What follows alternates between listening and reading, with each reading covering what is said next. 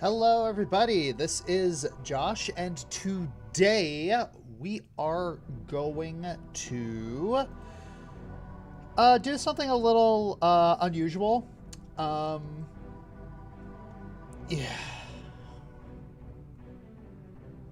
Yeah, so I noticed you guys are discussing this in the chat already, but unfortunately, I tried my best, but I could not fix the input lag that the PS5 port of Hollow Knight had. And I'm not the only one who had this problem. It's like, if you look on Reddit, like, there are quite a few other people who have had this problem. It's unfortunate. Andrew Hess just had my birthday yesterday. Hey! But yeah, happy birthday, Andrew Hass. But yeah, so I was not feeling motivated enough to get back to where I was, because that was incredibly demotivating. So what I'm gonna do is I'm basically just going to watch I'm going to watch a lore video of Hollow Knight, just so I'm able to keep up with things that I might have missed. Yeah, so suppress enough for Silksong is only going to be $20. Yep, $20. But yeah, just making sure that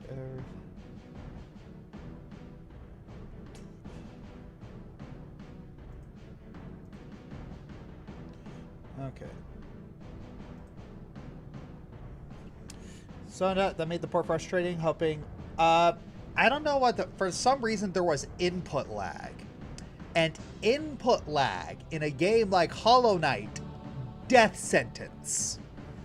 Like, there was somebody, I remember seeing a comment on Reddit, just like, yeah, it was so weird. Like, I had like 200 hours on Hollow Knight, and then I played it on PS5, and I was dying left and right, and I couldn't understand why. Yeah. Yeah. So yeah, where we're going, Mossbag is pretty goated. Yeah, that's the lore video that we're going to be watching today. Hey Josh, remember when I gave you the black card? It's time for my test. What?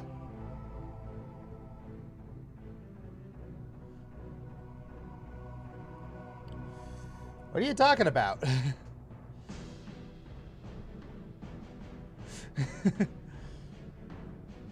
What test? I didn't realize. Didn't realize the card expired.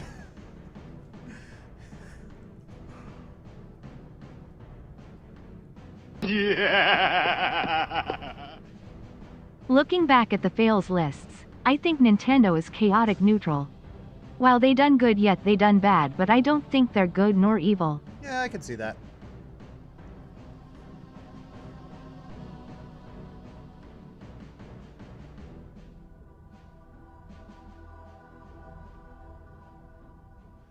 Hello, Internet. Welcome to Hollow Knight Theory. Yeah, fair enough. All right, why don't we get started?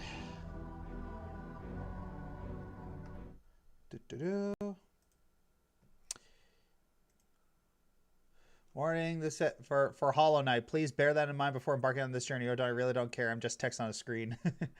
Well, that's the thing. It's just like if you're clicking on a Hollow Knight lore video, I'd imagine there would be spoilers.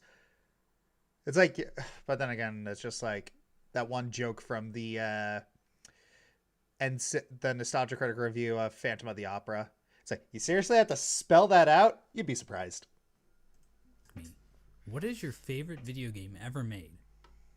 I would have to say Cory in the House for the Nintendo DS, but Hollow Knight would be a close second.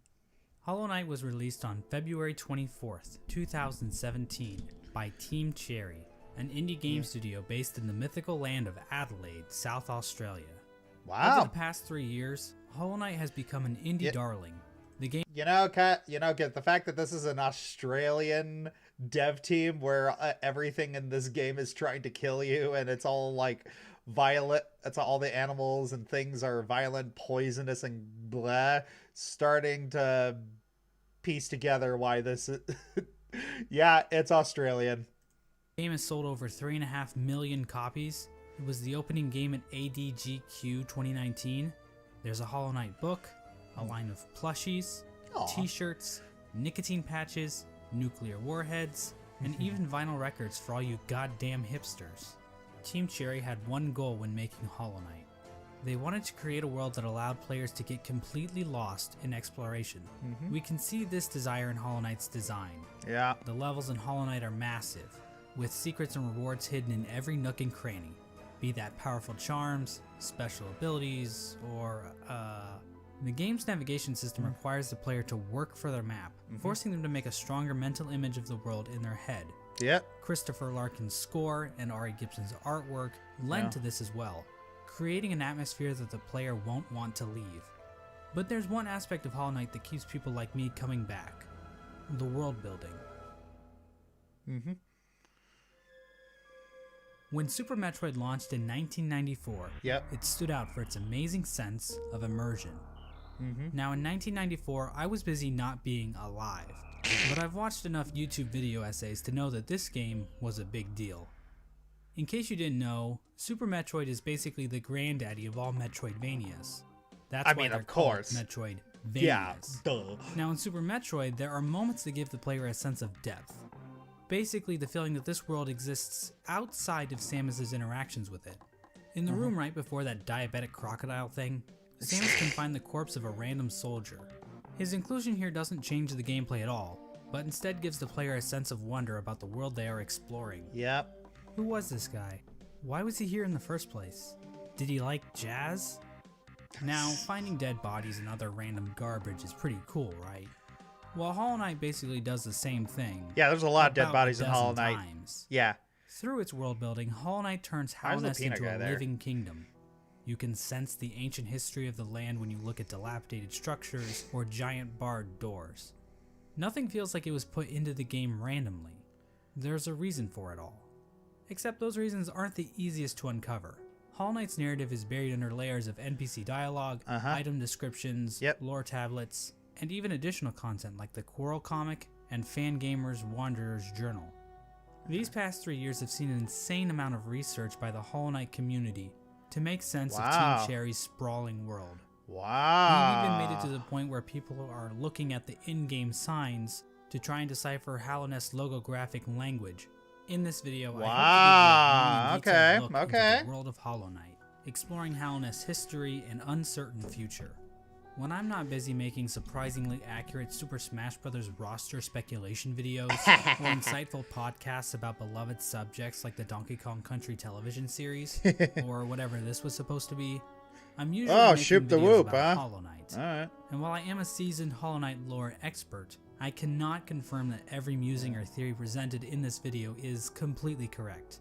I highly recommend checking out the lore section of the Hollow Knight wiki if you want a more neutral explanation of Hollow Knight's lore. But if you're too lazy to read, then I suggest you sit back, order some Domino's pizza, or just grab a block of cheese from the fridge and enjoy the mostly complete lore of Hollow Knight. The mostly complete lore. Alright. It's a simple fact of life that every human worships a god, be that technology, ideologies, or in rare cases, God. As it turns out, the bugs in Hallownest pretty much operate in the same way. From the mosskin born from the dream of a giant slug, to the emo kids of the ancient civilization who literally worship the darkness, there is no shortage of things to worship in the world of Hollow Knight. Our story begins with a creature very much worthy of worship, a creature born from the carcass of a worm. The carcass can still be found in the Kingdom's Edge, and it's our only good look at what worms actually looked like. At the time Hollow Knight occurs, it is suggested there are no worms left in the world. They were incredibly long creatures that featured little to no limbs. Yeah. Another more mysterious property of worms was that they had some kind of prescience or foresight. Basically, they could see the future to some capacity. It isn't clear how effective this ability was. Considering how the entire race went extinct, this foresight ability must have been pretty shit. Getting back to this particular I can see the future! It's explained that this worm traveled across the distant mountains and wastelands beyond Hallownest. Once it arrived in Hallownest, the worm died. Except not really. Inside the maw of the carcass sits a pale broken egg, out of which hatched a new form of worm, a being of meager shell. This form of the worm is usually referred to as the Pale King, and he's the character basically responsible for everything that happens in Hollow Knight. Okay. The Pale King is a higher being, a type of creature that exists above all others. His body was said to shine with a radiant visage that harmed those who looked upon him. The ultimate goal of the Pale King seemed to be in line with that of other worms. A line from the cryptic Mr. Mushroom reads, "Worms pull bugs into their thrall, till ages pass and kingdoms fall." In other words, it's just in their nature. Dogs wag their tails, cats bury their shit, and worms bring massive amounts of bugs into their service in order to form long-standing kingdoms and civilizations. Okay. And here in a far corner of the world, the Pale King emerged from the corpse of his former self and began to build his eternal kingdom, Hallownest. There's just one slight problem. There's like people already living there. Oh. The area that would eventually become Hallownest was already filled with mantises, bees, moths, spiders, mushrooms, and bush cosplayers. Each of these groups were already operating with their own cultures and societies, and each group had a different interaction with the Pale King. One of the more receptive groups to the arrival of the Pale King were the mushrooms of the fungal wastes. Okay. These creatures were able to communicate with one another through one shared mind. The mushrooms viewed this shared mind as a strength, and they were kind of smug dickheads about it. Ultimately, the mushrooms wearily accepted the Pale King's rule, viewing his foresight as a shield to the dangers of the future. Okay. Another group living in the fungal wastes is the Mantis tribe. The Mantises have a rich cultural history reaching back to long before the birth of Hallownest. Okay. The Mantises are a proud tribe, believing in the importance of proving one's physical strength. The Mantises are fiercely territorial, but will show respect to those who display great power. Yes. These Fight Club enthusiasts were led by 4 powerful Mantis Lords, who I guess just kind of sat around waiting for outsiders to challenge them. The Mantis tribe had no interest in the Pale King's kingdom, but the two communities did come to a truce. Yeah. In exchange for their independence from Hallownest, the Mantis tribe kept the beasts of Deepnest from invading Hallownest. Not sure why they didn't just go out the other exits from Deepnest, but whatever. I'm not an expert on border patrol. I don't work at ICE anymore. Let's move on to Deepnest. Now, many of the different tribes of Hallownest were kind enough to leave lore tablets behind, detailing pretty much everything we need to know about them. Unfortunately, the bugs of Deepnest didn't do that. We know that the spiders of Deepnest had a monarchy because why not? Those are always good, right? Also, within Deepnest are a separate group of spiders that immigrated to Deepnest at some point in the past. Okay. This group was known as the Weavers, and they established their own culture and history within Deepnest. They used looms of silk to weave stories, spells, and shields. Okay. One thing we know for sure about Deepnest is that they really didn't want anything to do with Hallownest.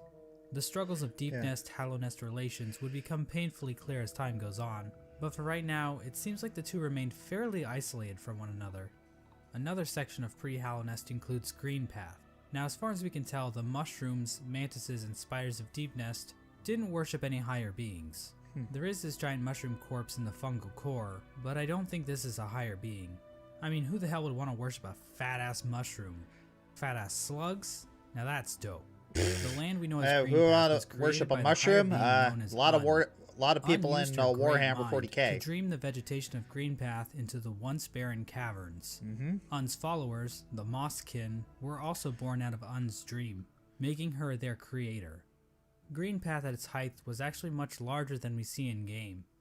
At one point, Greenpath stretched into both modern-day Queen's Garden and possibly Fog Canyon.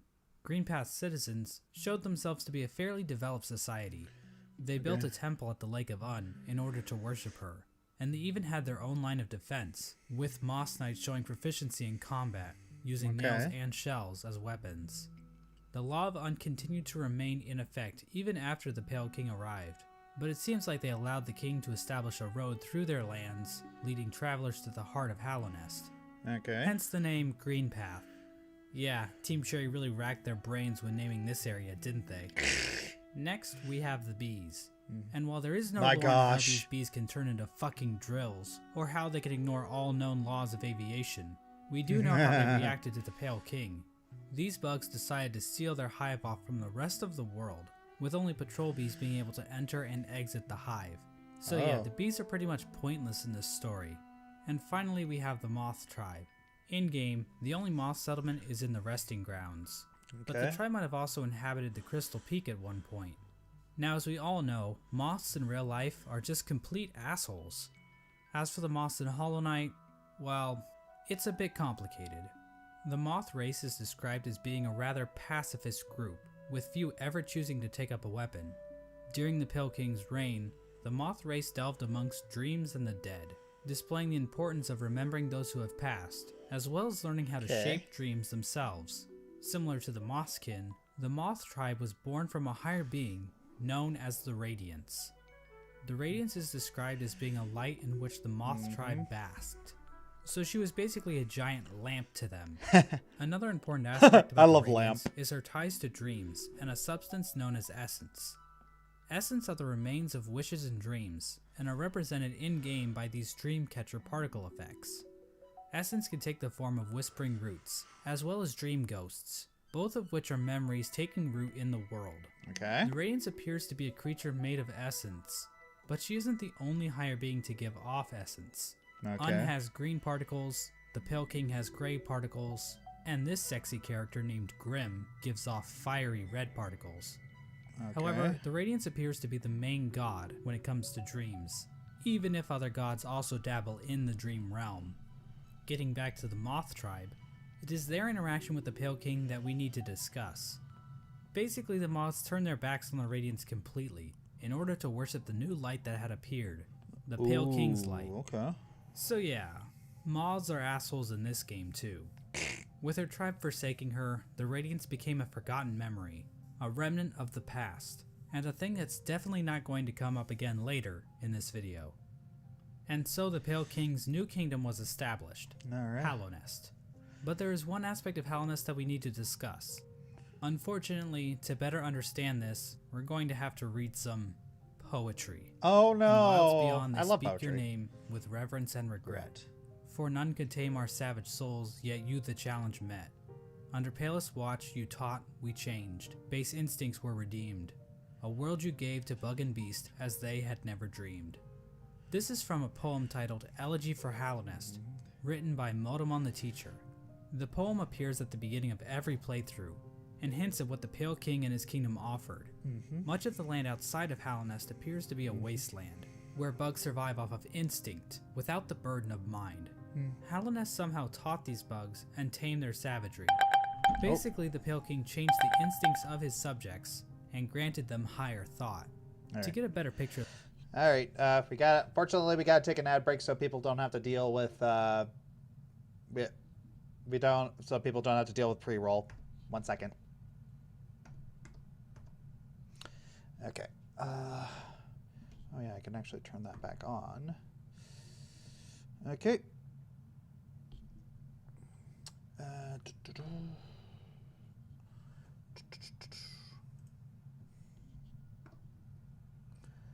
Yeah.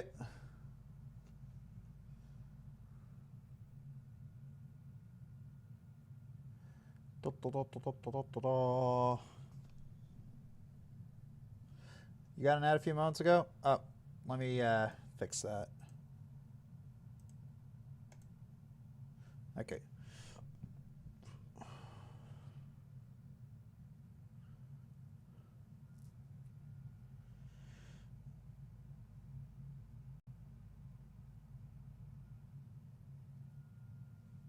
All right. 3, 2.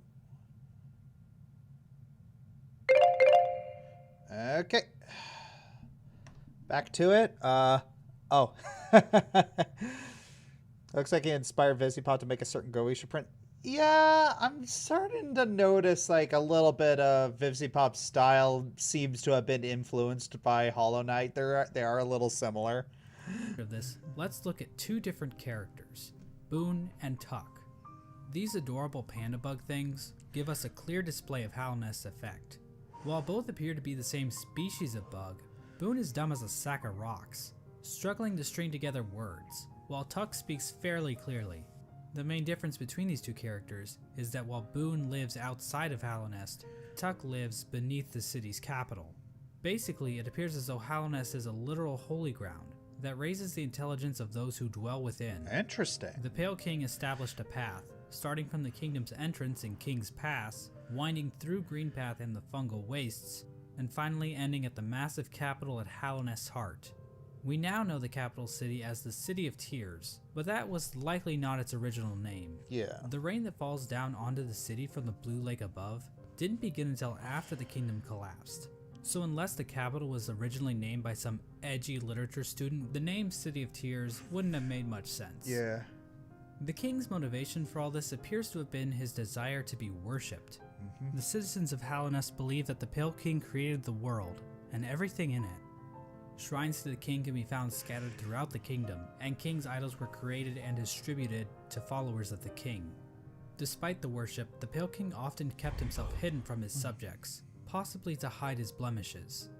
I mean, if you look at the size of the real Pale King to his statue in the ancient basin, the man is clearly overcompensating. The Pale King's White Palace was also built underneath the city, separating him from his subjects even more so.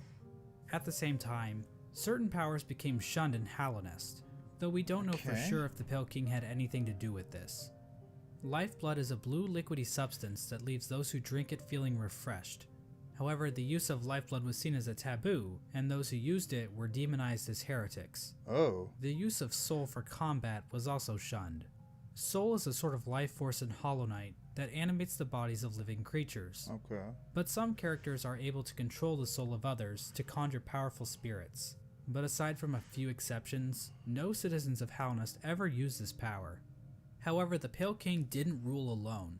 There was another higher being in the mix, a being known as the White Lady. The White Lady is a weird brute-like being that can be found in the modern-day Queen's Gardens. She is encased in a strange cocoon, and we know very little about her. With as much exposition we get for the Pale King, there is next to nothing on the White Lady. But one thing we do know is that she likes to breed. Like, a lot. The White Lady would often retreat to the Queen's Gardens, an area of land once controlled by the Mosskin. How exactly she walked around and actually went places is a lore question too deep for even my expertise. The White Lady is also known as a pale being, along with the Pale King. So what she used exactly to be a are pale beings? Well, we don't know for sure, but they seem to stand out even amongst higher beings, as being even more powerful. I know that's a little confusing, so let's try using an example. I'd say that regular higher beings are like a TP-Link Archer C7 AC1750 wireless dual-band gigabit router, while pale beings are like the Asus RT-AX88U AX6000 dual-band 8X gigabit Wi-Fi router. Gotcha. Under the Pale King, Hallownest underwent a bit of an industrial revolution. He ordered the construction of the stagways, which were used to transport passengers and goods. The Forgotten Crossroads and the storerooms above the City of Tears were used to store goods that traveled along these stagways. The king also ordered the construction of the tramways, because literally no one is safe from the threat of automation. A tram was built between the Forgotten Crossroads and the resting grounds. A second tram was built from the kingdom's edge across the ancient basin over to Deepnest. And then a third tram was started in Deepnest and attempted to go further into Deepnest. Not sure how useful that would have been to the bugs of Hallownest, but whatever. The Pale King's a smart guy. I'm not going to question him. But anyway, the Pale King's super smart plan to build a tram in Deepnest ended up getting a few of his tram workers killed. Ooh. The bugs of Deepnest rejected the Pale King's attempt to build a tram in their territory, further cementing the poor relations shared between the two groups. Okay. Aside from convenient fast travel, regular pathways were also used to cart goods around the kingdom. From this was born probably one of the most important groups in Hallownest, and perhaps even all of fiction. An elusive guild of bugs, simply known as the Menderbugs, took to maintaining the various signs scattered throughout Hallownest. From the journal entry of one Menderbug, we can catch a glimpse into their ancient and unknowable minds. Dear, dear diary, isn't life just the most beautiful thing? Fixing signs, mending posts, let them break, I say. I'm a better mender for all that repairing. I sometimes doubt there's a single bug in all of Hallownest happier than me. Another example of the Pale King's expanding infrastructure is the Crystal Peak. This area is filled with crystals that grow rapidly along walls, ceilings, and even the shells of certain bugs. These crystals were considered valuable to the bugs of Hallownest, resulting in large-scale mining efforts. Okay. We don't actually see the crystals used anywhere else in Hallownest, but they are said to contain a sort of energy. Yeah. The crystals are also said to sing if you listen very carefully. Never gonna get. Oh my gosh! I can't believe I called that. In terms of military, I was gonna Hallownest's make a first joke line of there, and defense we appeared to made be the a exact group same simply known joke. as the Five Great Knights. The members of this esteemed coalition were Ogrim, Hagamol, Zamir, Drya, and Isma. For being so important, most of the information about these knights has been lost to time. Ogrim is the knight we know the most about, since he is one of the few knights still alive during the events of the game. Ogrim expressed a great amount I don't know of how I loyalty called towards that. the king, and he maybe had something going on with Isma, but we really don't know. Hagamol was known for his sense of humor and his soft-spoken voice, but at the same time, he was also dummy thick. Mysterious Samir arrived in Hallownest from a serene land, bringing with her a collection of delicate flowers. At some point, she also got into a relationship with a mantis, but not just any mantis, a daughter of one of the mantis lords. So yeah, it seems like these great knights were slaying in more ways than one. All we really know about Drya is that she was fierce, caring, and wise. As for Isma, she was described as being kind. She also appears to be some sort of weird plant life form, but there's no information on where she's from or what her powers were. The Five Great Knights play an important role in the Champion's Call, the Knotted Grove, and the Battle of the Blackworm. We have no idea what these events were or how they affected Hallownest, but they sound cool nonetheless. During Hallownest's reign, there was another strange area that seemed to exist separate from the Pale King's rule. Carved out of the corpse of an ancient bug, an area called the Colosseum of Fools was constructed, and it was a destination for warriors from outside Hallownest. The sole purpose for fighting in the Colosseum appeared to be simply for glory, with a mysterious figure known as the Lord Fool overseeing the combat. We don't know when the Colosseum was constructed or if the Pale King was involved, but one of his servants, the Pale Lurker, became a champion in the Colosseum, perhaps indicating the Pale King's approval. And finally, there was the Royal Waterways, where the fecal excrement of the kingdom was washed out into the fungal wastes.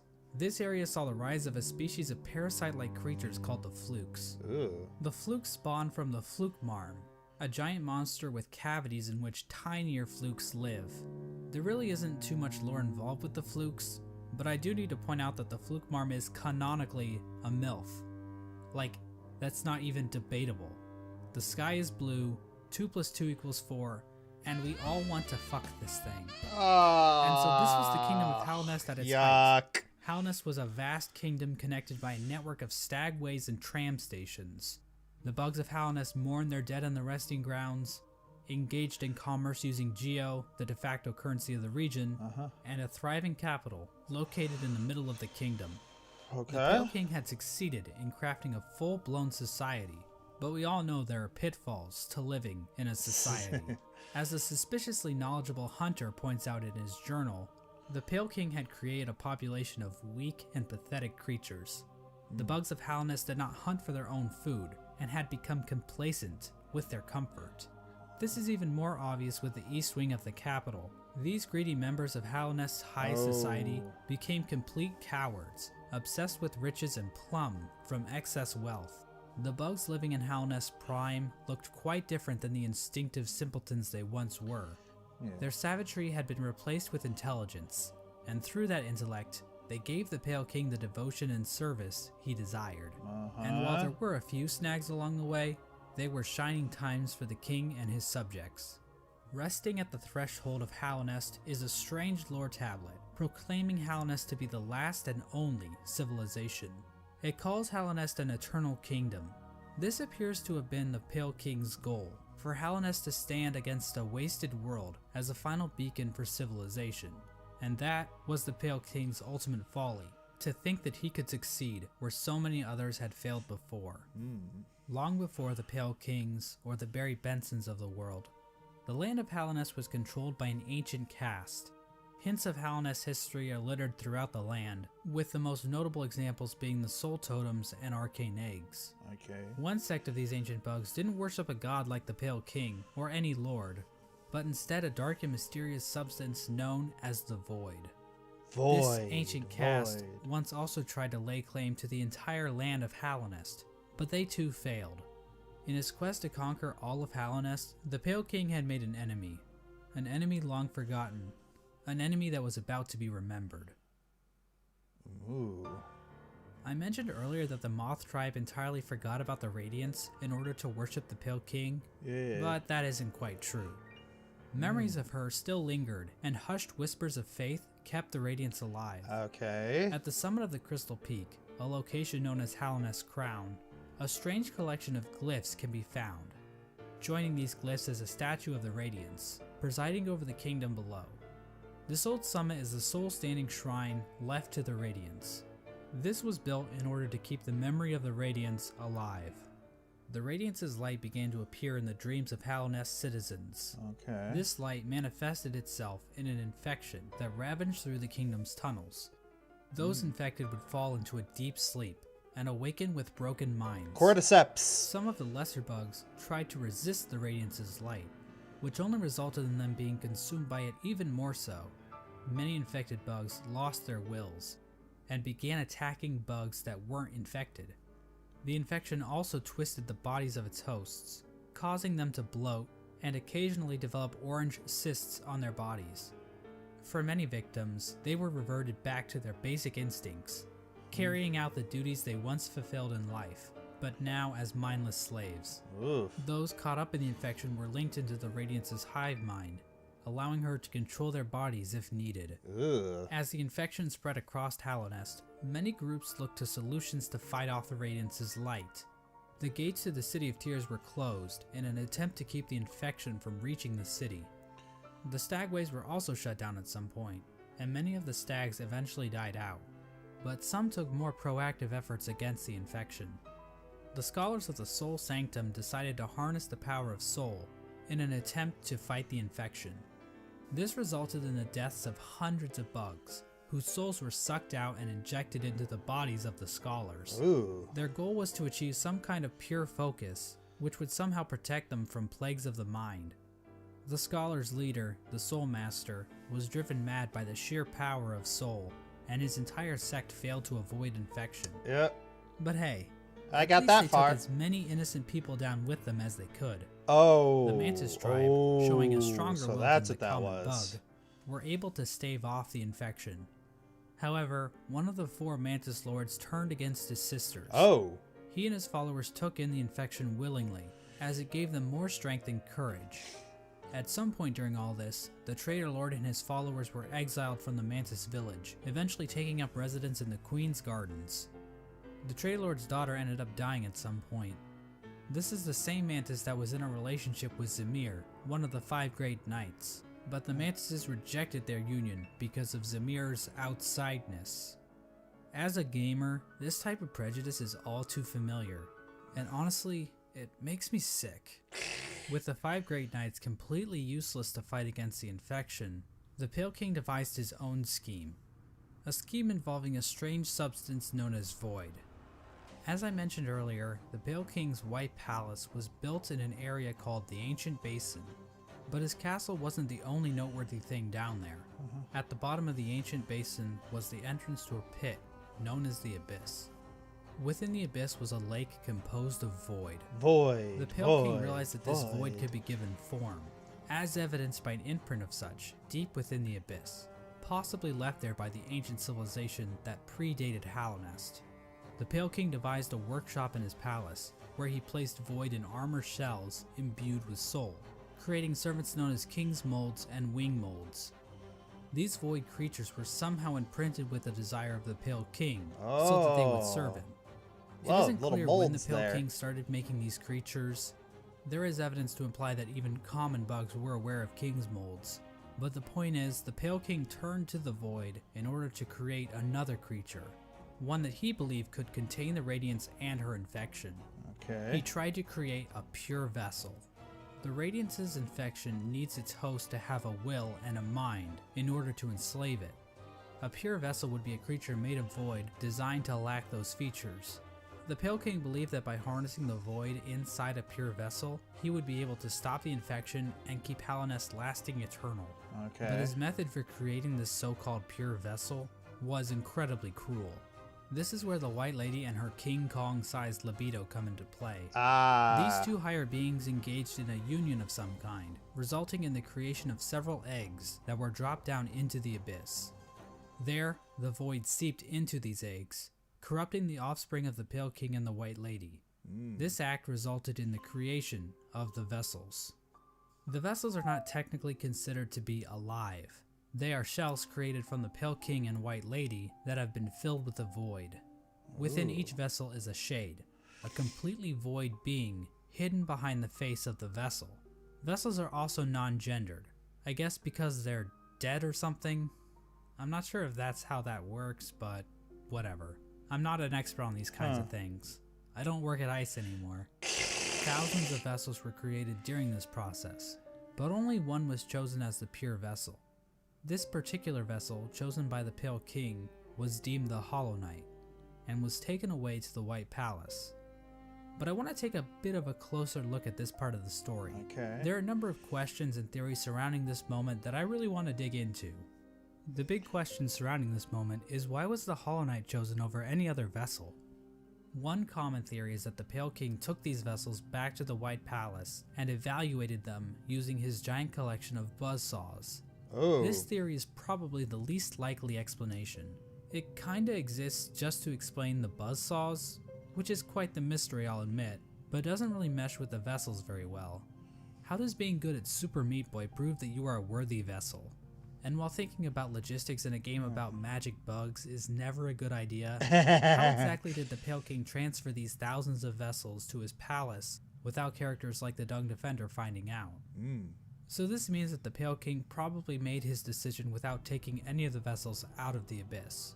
So how did the Pale King make his evaluation? I think the best explanation comes from a theory I originally heard from a user named Golden Flower Fan. Basically, the vessels were hatched down at the bottom of the abyss, and the first one to make it to the top was chosen by the Pale King. In a memory of this event, we see vessels falling from above back down into the pit of the abyss. Perhaps these vessels weren't being cast down into the abyss, but fell while trying to escape out of it. The lore tablet outside the abyss appears to support this theory. It reads, "Our pure vessel has ascended. Beyond lies only the refuse and regret of its creation. We shall enter that place no longer." This tablet was likely written right after the Hollow Knight was chosen, considering that is when the entrance to the abyss was sealed off. The tablet proclaims that the pure vessel has ascended, or in other words, climbed out of the abyss. And while cut content should never be considered canon, I would just like to point out that an earlier version of this tablet, found in the game's code, was even more explicit about this. It read, "From below, our pure vessel has ascended." But how does making it to the top of the abyss first prove that the Hollow Knight is somehow a perfectly hollow vessel? Well, I think this whole concept might just be a misconception. What if the Hollow Knight wasn't any different from the other vessels? All the vessels were made in the exact same way after all. Well, just because they were made in the exact same way doesn't mean all your kids are the same. Like, my daughter and my son are very different from each other. They are absolutely very different from each other. All right, ad break.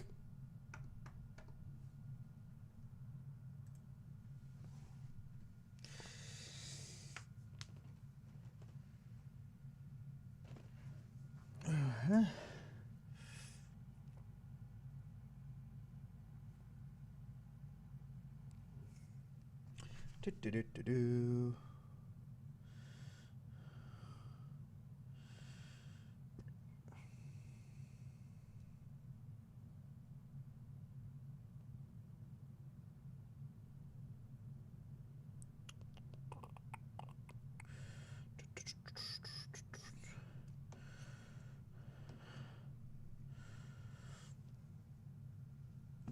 All Right. Well, to be fair, they are literal children of chaos. Yeah, they are. Cut contact should never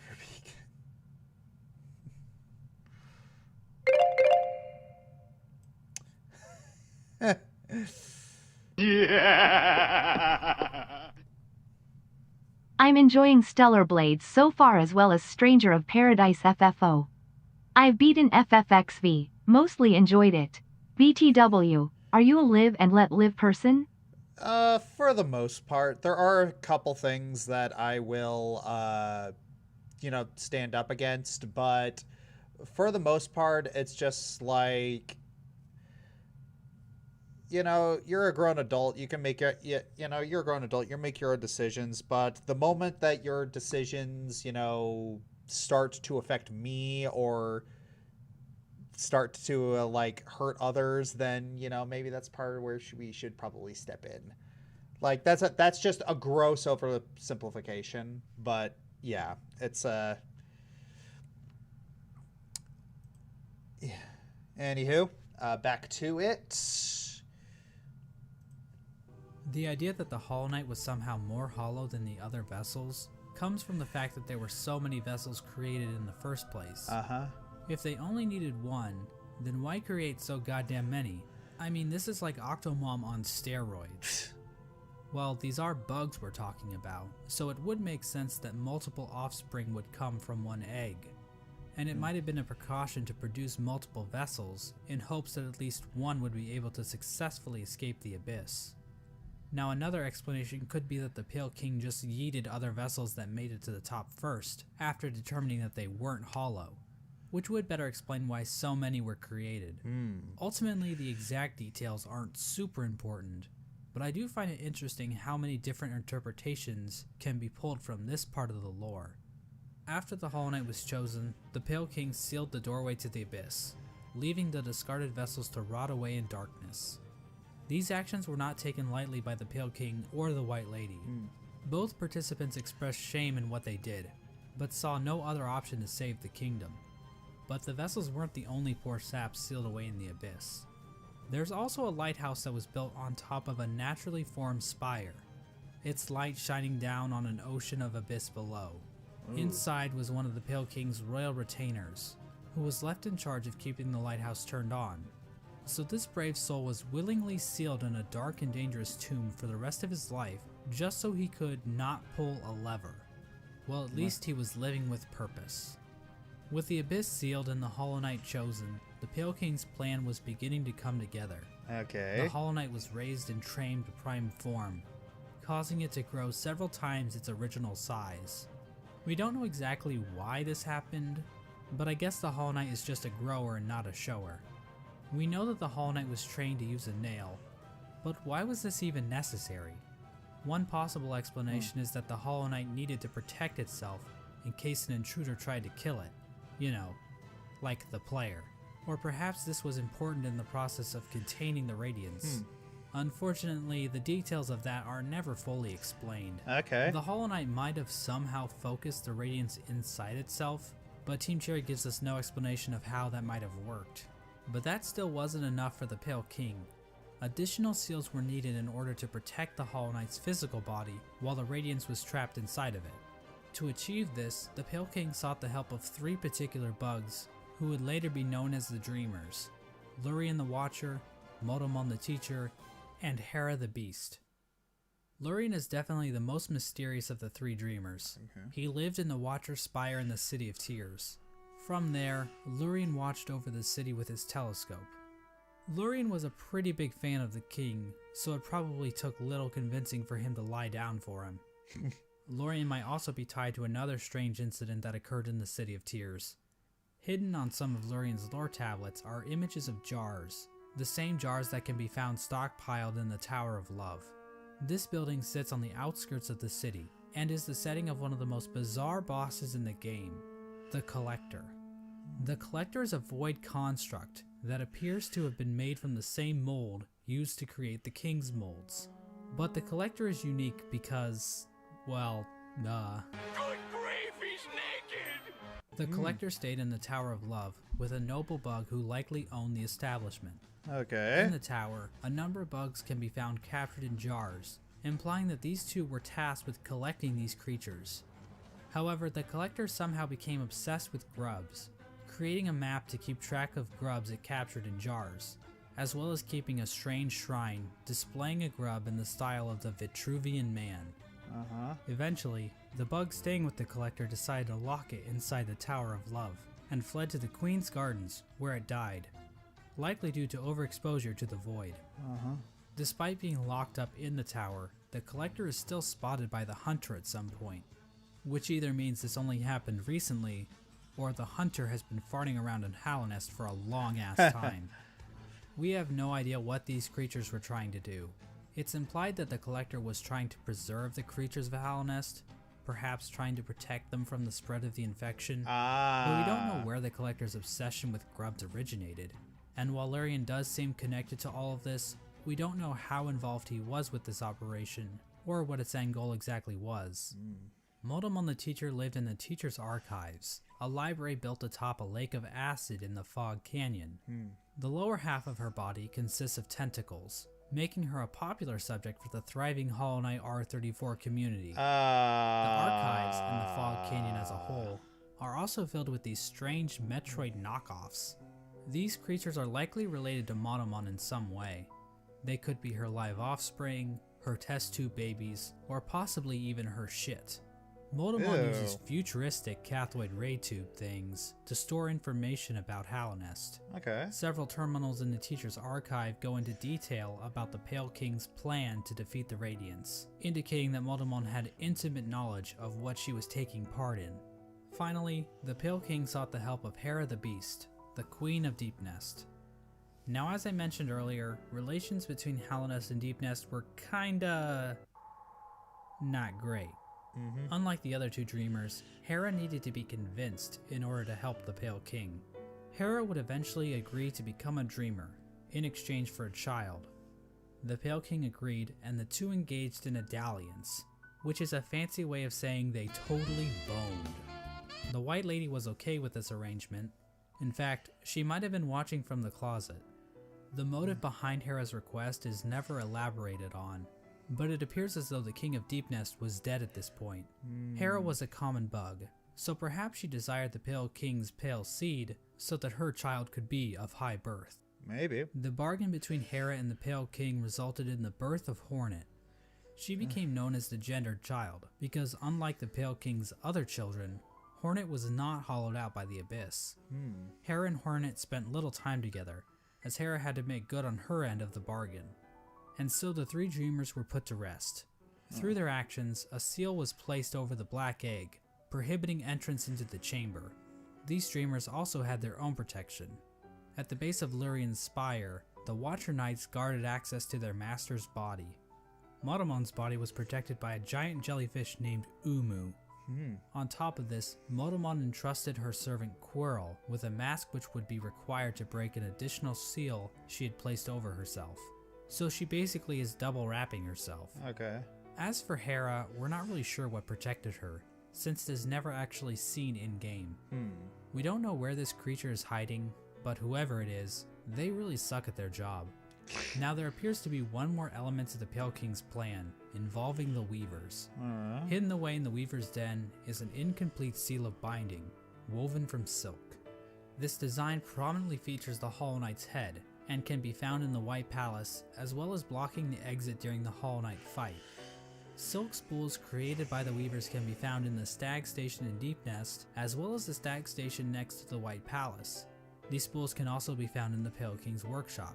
We know that the Weavers were closely tied to Hera and Hornet, so their actions might have been a part of the deal between the Pale King and Hera. Once the Hollow Knight was ready, the Radiance was somehow channeled into the vessel, which was then placed inside of a giant black egg located in the Forgotten Crossroads. This egg was built to sustain the Hollow Knight, and itself appears to be fashioned from void. The Hollow Knight was chained up, and the entrance to the black egg was locked behind a powerful seal created by the three dreamers.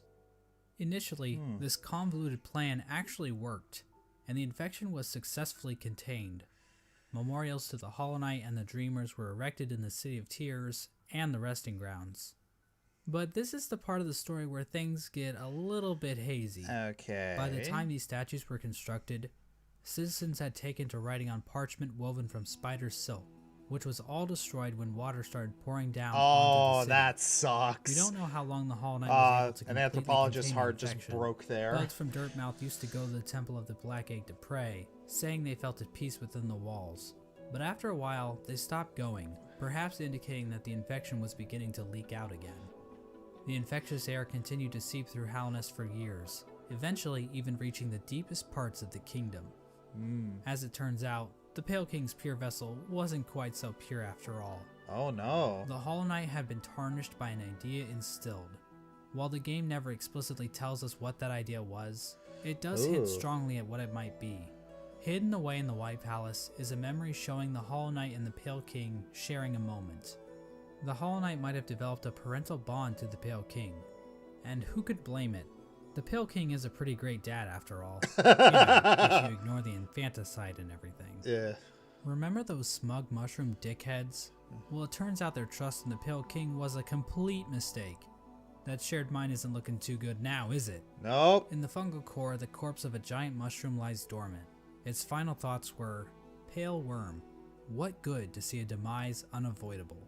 This could imply that the Pale King always knew that his kingdom was doomed. All he could do was delay the inevitable. This is likely the moment when Hallownest, as it once was, entirely collapsed. Oh. The Hollow Knight had not completely stopped the infection, and while it may have taken a while, Hallownest was eventually brought low. It's at this point that characters and areas begin to resemble as we know them in-game. Okay. When it became clear that the Hollow Knight was not able to contain the Radiance, the Pale King resorted to his final plan. He fucked off, hiding himself, his White Palace, and his Pale Court in the Dream World. At this point, all of the furniture in the palace was covered under white sheets, similar to how people in the real world cover their furniture while away on long trips. The palace was also completely covered with thorns and buzzsaws. Yeah, this is very engaging. Similar to how people in the real world cover their houses with thorns and buzzsaws. The Pale King would eventually pass away while sitting on his throne in the White Palace. There's no confirmation on what killed him, but there are a few things to consider. The throne room is incredibly dark compared to the rest of the palace, and the particle effects and ambient track in this room are identical to that of the Abyss. All of the king's molds surrounding the Pale King are dead. The ancient basin itself also has become stained with the presence of void, as it can be seen as high as the rundown elevator shaft leading back to the city. Remember that bug that was sealed away in the Abyss to make sure the lighthouse wasn't turned off? Well, the lighthouse was turned off. Yeah. I guess that whole living with purpose thing is a crock of shit after all. It seems as though the Sea of Void itself actually convinced this bug to betray his king and turn off the lighthouse. Ooh. Now I know what you're thinking. Exactly how conscious is the Void? Is the Void able to think for itself? Can it form strategies? Does it host a podcast? Well, according to this Chozo statue ripoff, the Void is powerful, but not unified. So while it can thrash around at things that come near it, or call out in unison to turn off a light, it's not a single conscious being. Getting back to the Pale King, one could argue that the Void might have played a role in his ultimate demise, and I've argued that viewpoint in the past, but we have to remember that there isn't enough evidence to know for sure. As an expert lawyer and a good friend of mine, Johnny Cochran, once said, "Any evidence that the Void was involved in the Pale King's death is circumstantial." My name is Johnny Cochran. Just above the White Palace, the bugs in the City of Tears weren't faring much better. Even if we ignore the fact that the infection was still around, there were other issues that helped lead to the city's downfall. Okay. Due to the gates being sealed, some bugs resorted to cannibalism in order to avoid starvation. And there's also that metric fuckton of corpses lining the walls of the Soul Sanctum. When all was said and done, the only citizen left standing is Eternal Emelita, who just laughs her ass off about it like she's a fucking Dark Souls character. I mean, The White Lady ends up in a cocoon deep within the Queen's gardens. She decided to place bindings on herself in order to keep her from spreading her seed.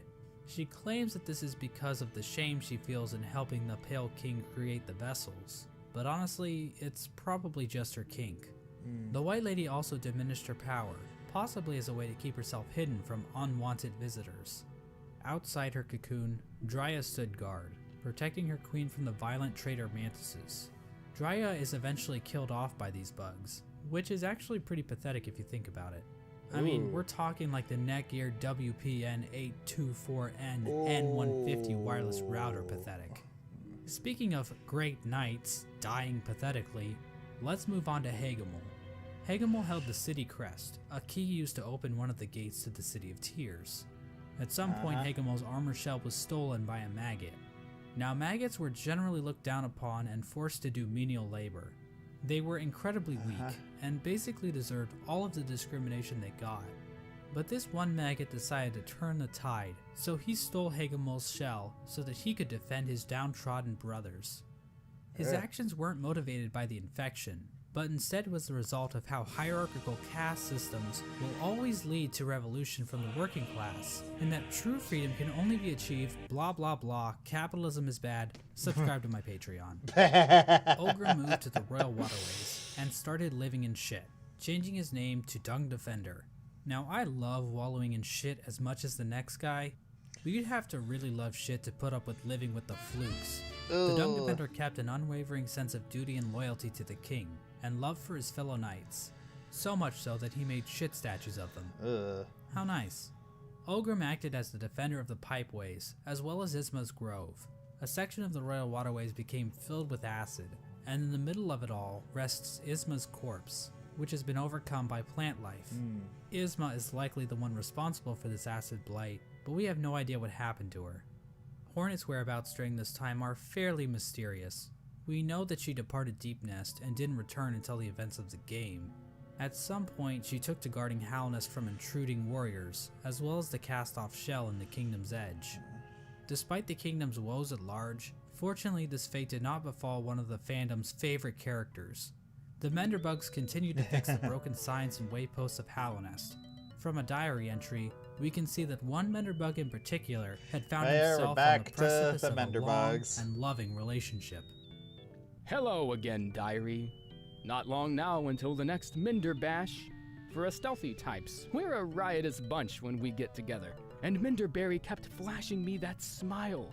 It might be time to muster my courage and act on it. I love my home and my life, but sharing it with another? Why, that'd be the berry on top. Greenpath also underwent some changes during this time. The Mosskin were waiting for Un's call, which would bring them back into the dream they were originally born from. But for some reason, Un's strength deteriorated. We don't know why this happened exactly. Was it due to the White Lady claiming part of her kingdom? Was it somehow due to the infection? Some Mosskin believe that Un went into hiding, but it appears as though Un is, in fact, calling to her children. But many of the Mosskin are unable to hear her call. Instead, many Mosskin seem to have taken the Radiance's infection into their leaves, which might explain why Greenpath became overgrown with vegetation despite Un's deteriorating powers. Mossy vagabonds even openly chose to forsake Un and worship the Radiance. Another tribe to be screwed over by the Radiance is the Hive, which fell to the infection after the death of their leader, Hive Queen Vespa. But it appears as though this had little effect on their civilization. The Radiance's hive mind was already familiar to the bees, since the hive probably operated under something similar already. So in other words, the hive probably made out the best in this whole situation. Let's turn our attention back to the moths. After all, it's their god that keeps killing everybody. Well, the moth tribe didn't fare too well actually, as pretty much the entire tribe died out. The only known survivor is the seer. Despite the loss of her tribe, the seer continued to tend to the graves in the resting grounds, while also waiting the arrival of the wielder, a mysterious being that her tribe has dreamt of for a while. In the Kingdom's Edge, the land became covered in ash molting off of the worm's decomposing corpse. The Colosseum of Fools continued to thrive. The Lord Fool passed away at some point, but nobody really seems to notice or even care. The fools inside the Colosseum were infected, but still seem to have maintained control over themselves. It seems possible that these bugs took in the infection willingly, similar to the Traitor Lord and his followers. This would have given them an edge in combat, similar to using steroids, but without the whole shrinking testicles thing. However, even the Traitor Lord and his followers went mad, so what makes these fools any more special? As for the Pale King's champion, the Pale Lurker, Well, she just went the normal kind of insane. There appears to have been another unforeseen event with the Pale King's plan. When the Hollow Knight was originally chosen, the door to the Abyss was sealed, trapping the discarded vessels within. But apparently, some vessels didn't get the memo. Vessel corpses can be found littered throughout the kingdom. There's one in the Ancient Basin, one in Greenpath, and several trapped in Nosk's lair in Deep Nest. Another vessel that escaped from the Abyss is the player character, the Knight. The exact details on how the vessels escaped the Abyss is unclear. There are indications that they might have slipped into Deep Nest through some old passageway, given void influences in part of the area, and all the corpses found in Nosk's lair. At some point, all entrances to Hallownest were closed off, with the old well in Dirtmouth being the only way to sneak back in. Despite this, several people have wormed their way into the kingdom, with few ever returning. Characters like Relic Seeker Lem seemed content to just pillage artifacts from the ruined kingdom, but other bugs seemed interested in something greater. In the Howling Cliffs rests the corpse of a member of the Grim Troop. The task of this bug appears to have been to seek out Hallownest, so that the troop might be summoned to the kingdom in the future. The Grim Troop are basically a group of bugs that serve a higher being known as the Nightmare Heart. The troop keeps the heart alive by feeding on the nightmares of fallen kingdoms. This process also involves sacrificing the troop master to his own child because, hey, look at this cool ass boss battle. Alright, we gotta do another ad break. We're almost done, I think. Yeah. So...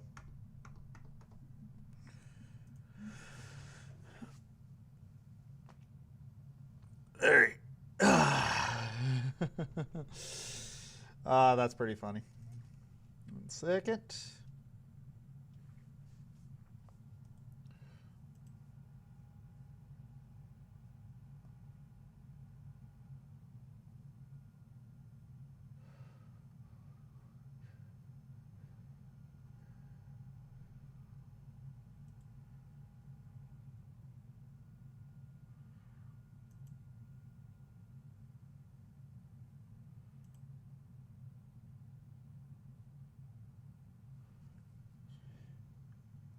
Okay, just making sure. Double pain in the butt with double damage.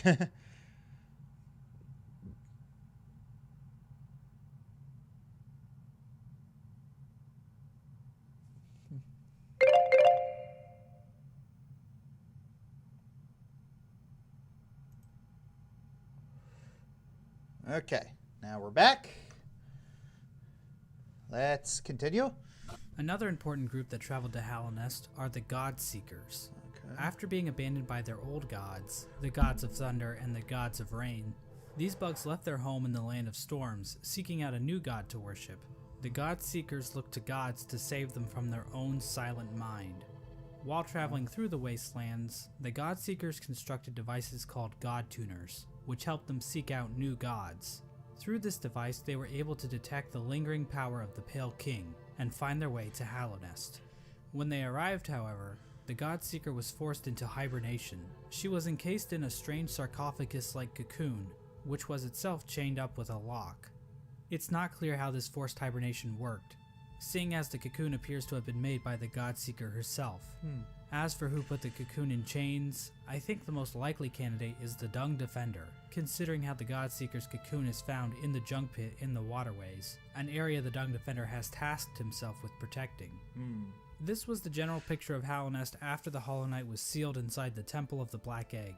The kingdom was stuck in a kind of stasis, with the Pale King civilization destroyed and the Radiance unable to break free from her chains. The Pale King was rebelling against nature, trying to keep his work standing indefinitely. The stasis over Hallownest held for an age. How long is that exactly? Well, we have no idea. As I'm sure you've noticed, there really isn't a timeline for anything that happens in this game. We also have no idea how long any of these bugs can actually live. Elderbug wasn't around to see the stagways open, but we know several other characters were, implying that Elderbug is probably one of the youngest characters in the whole game. But this stasis over Hallownest wasn't going to last forever. At some point, the Radiance erupted out of the Hollow Knight, cracking its shell and releasing a loud and powerful roar. The amount of infection leaking out of the Hollow Knight became even greater. The many corpses that lined the roads and cities of the kingdom sprang to life, with the amplified power of the infection. This strengthened infection prompted the departure of the Weavers back to their old home. Now this old home might actually be Farloom, the kingdom in which Hollow Knight Silksong takes place. But the amount of knowledge we have about Silksong right now is pathetic, so I'm not saying that's confirmed or anything. This is also around the time that Quirrell arrives back in Hallownest. His memory of Motomon appears to have been clouded due to his time outside of Hallownest. These events are depicted in the Quirrell prequel comic, which also shows an image of the Hollow Knight with a pre-cracked shell. This could mean that Quirrell's arrival happens roughly the same time the Hollow Knight's shell cracks. At around the same time Quirrell arrives in Hallownest, we also see the arrival of the player character, who is commonly referred to as the Knight. The Knight was one of the lucky vessels that was able to make its way out of the abyss. Somehow the Knight ended up venturing beyond Hallownest and into the wilds beyond. It's implied that the Knight was called to Hallownest by either the sealed Hollow Knight or the Radiants within. Regardless, once the Knight shows up and yeets itself off this cliff, the actual game of Hollow Knight finally begins. Now, there's a lot of details we could get into. Hallownest is full of NPCs and bosses, each with their own stories to tell. But to be honest, I don't think we need to go through all of them, since their stories are relatively straightforward. For example, let's look at the Brooding Moloch. So why is the Brooding Moloch brooding? Because all its friends are dead. And there you go, that's the lore for the Brooding Moloch. Also, it's the only character in the game with a visible asshole. Now, did you really need me to explain that to you? Probably not. So instead, I'm just going to talk about the interactions relating to Hollow Knight's main story. The Knight is eventually noticed by Hornet, who lures it deep into Greenpath. There, Hornet attempts to kill the Knight, claiming that she knows what it would try to do. At this point, Hornet views the Knight as being too weak. After the fight, Hornet can be found in the City of Tears, next to the statue of the Hollow Knight. Hornet mentions that the Knight has gained a resilience, due to the time it spent in the void beyond Hallownest. This could be referring to the fact that some of those who leave Hallownest lose their memories, meaning the Knight would have no memories of its own tragic conception. Hornet tells the Knight that if it seeks to continue the stasis that keeps Hallownest standing, it must seek the Graven Ash, which is referring to the Kingdom's Edge. At this moment, Hornet sees the Knight as a possible replacement for the Hollow Knight. Basically, the Knight could break the seals that keep the Hollow Knight locked away, defeat the Hollow Knight, and contain the infection itself. It's at this point that I should mention that Hollow Knight actually has 5 different endings, because of course I'm going to be explaining each of these endings in this video. Alright, the 5 different each endings. give us a different glimpse into the mechanics of Hollow Knight's world. Now, to get the easiest ending to Hollow Knight, Hornet's instructions to go to the Kingdom's Edge can be ignored completely. If the Knight stumbles upon the resting grounds, the 3 dreamers will appear and cast the Knight into the Dream Realm. There, Seer will come to the Knight's rescue and grant it the Dream Nail, a special blade that can tear the veil between the real world and the dream world. With the Dream Nail, the Knight can venture to the resting places of the 3 dreamers, curb stomp their asses, and unlock the entrance to the Black Egg. Inside the egg, the Knight finds the Hollow Knight chained up, silently watching over it. Once the chains are broken, the Hollow Knight screams with that familiar Radiance roar and pursues the Knight. As the fight progresses, the Hollow Knight starts trying to kill itself, Quirrell style. But then the Radiance starts using the Hollow Knight's body to perform her own attacks. Once defeated, the Hollow Knight begins to spew infection all over the place. The Knight can then focus the infection into itself. This results in the first ending of the game, called Hollow Knight. In this ending, the Knight usurps the Hollow Knight, prolonging the stasis over Hallownest. New chains and bindings appear out of fuck if I know, and contain the Knight, and a new seal is placed over the entrance to the Black Egg. Now there is one giant question looming over this ending. Can the Knight actually contain the infection indefinitely, or will the Radiant still manage to break free one day? Before we answer this question, let's look at some of the other events that can transpire while playing the game. If the player chooses to go to Kingdom's Edge, Hornet will challenge the Knight one last time, as a final test of strength. After her defeat, Hornet allows the Knight to access the cast-off shell, where the Pale King was originally hatched. By interacting with this egg, the Knight's shell is marked with the King's brand, technically making the Knight the new ruler of Hallownest.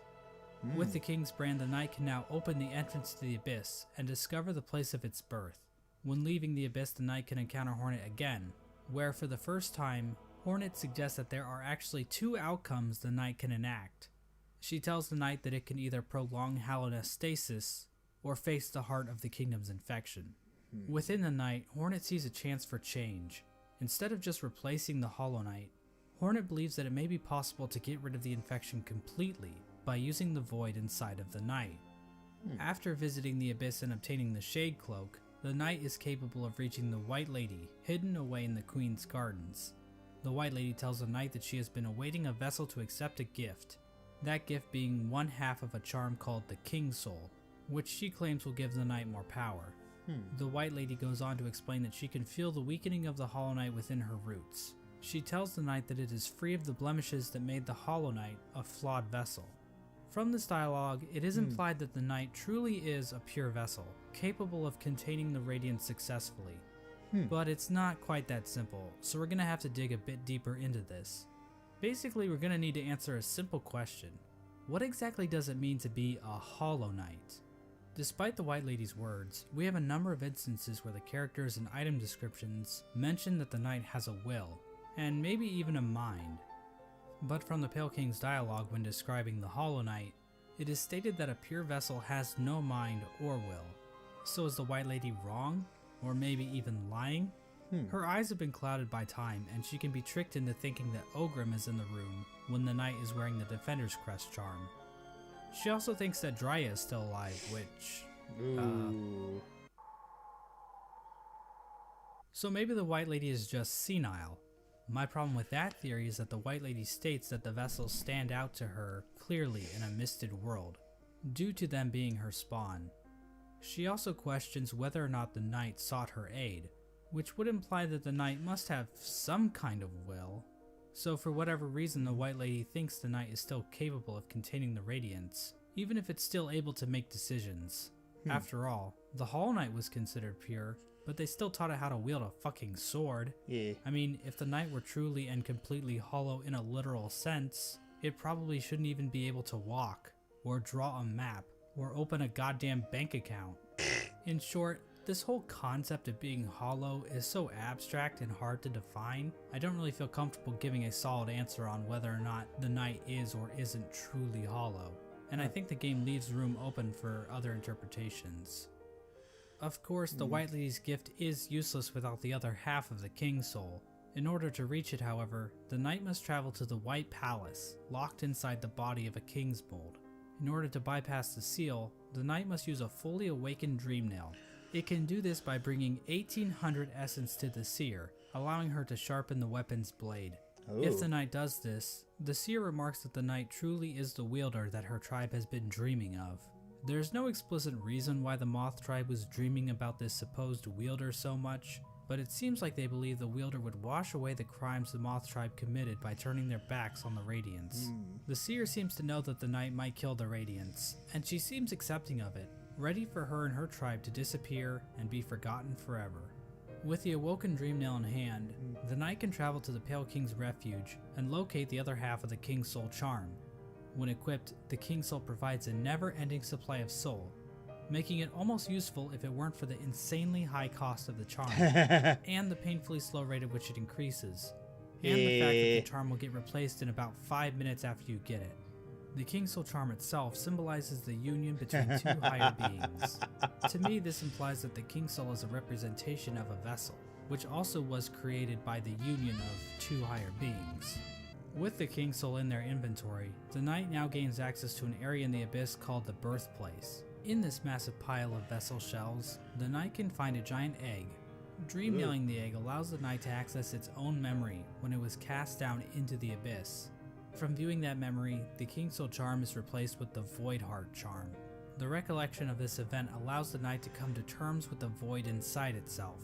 Once the knight has the Void Heart, the shades in the abyss no longer attack it, and that strange creature that gives the knight the Shade Cloak calls it the Lord of Shades. In other words, the knight has now bound the once fragmented void under its own will, allowing it to control the void in a powerful new way. With the union of the void, the Pale King, and the White Lady, the knight has gained a strength before unseen. It is with this charm that 2 additional endings become unlocked. Hornet will now be standing outside of the Black Egg, offering to help the knight should the opportunity arrive. Midway through the fight with the Hollow Knight, Hornet rushes into battle, subduing the Hollow Knight and piercing its shell. It's at this point that the Knight is given the perfect opportunity to enter into the mind of its sibling, fighting the source of the infection head on, and finally putting an end to the Radiance's tyranny. Or it can just stand there and let Hornet get knocked unconscious. If the Knight finishes off the Hollow Knight as usual, the sealed sibling ending occurs. Basically, it's the same as the Hollow Knight ending, but now Hornet is in the room too, and her face appears on the door of the Black Egg. It's not clear what exactly this means for Hallownest. This might imply that Hornet is now a dreamer, but she's inside the temple, meaning that no one can actually get in there to kill her should the Knight ever start leaking infection. Oh. At the same time, Hornet mentions that the bindings of the Black Egg would drain her, so she's probably just going to die anyway, right? Generally, people consider this to be one of the worst endings, but it's worth pointing out that Team Cherry doesn't support any one ending as being the true ending. Okay. Each ending is canonical in its own right, and honestly, this ending isn't the worst. At least the Knight and Hornet will get to spend some quality time together. If the Knight does dream of the Hollow Knight, it will be taken to an arena where it can finally fight the Radiance head on. But the Knight isn't alone, as the other shades from the Abyss will appear in order to help corner the Radiance. Eventually the Radiance gets trapped in the tendrils of the Void. The Knight bitch slaps her a couple times, and then the Radiance is consumed into the darkness. The Black Egg then appears to turn to shadows and the Void seeps down into the ground. Hornet awakens to find the Knight's broken shell lying on the floor. Aww. We get one final shot of the shades in the Abyss going to rest, and the game is over. This ending is called the Dream No More ending. The Radiance is gone, and Hallownest is finally free from her infection. Now I think it's fair to ask a few questions about how the Dream No More ending comes about. When the Hollow Knight was initially chosen to become the pure vessel, the Abyss was sealed up and the rest of the vessels were left to rot away. But somehow vessels ended up outside of the Abyss, and then one of those vessels was used to replace the Hollow Knight. Exactly how much of this operation was planned, if at all? The White Lady was waiting for a vessel. Did she have any communication with Hornet? Well, see that Hornet in was guarding Silksong. the King's brand, the only way for a vessel to enter the Abyss. How did she know it was necessary to guard the King's brand from weaker vessels? Hell, if the vessels did escape the Abyss by themselves, wouldn't it be pointless to guard the King's brand, since the vessels could just creep back into the Abyss the same way? I'm not going to provide any good answers to these questions, because God forbid I answer anything in this entire video. But I do want to point out that no plans to actually produce the Dream No More ending are explicitly stated in-game. So we can only speculate as to whether or not the White Lady or Hornet, or maybe even the Pale King, knew that they could defeat the Radiance by creating a Lord of Shades like the Knight. Regardless, the next two endings were definitely not planned. In fact, the last two endings that were added in the Godmaster update almost feel out of place. The Godseekers basically hijack everything to the point where you don't even have to enter the Temple of the Black Egg to beat the game. That's like beating Mario Bros without ever seeing Bowser. But on the other hand, the Godmaster endings basically reinforce that Hallownest does not exist in a vacuum, which can help the world of Hollow Knight feel more real.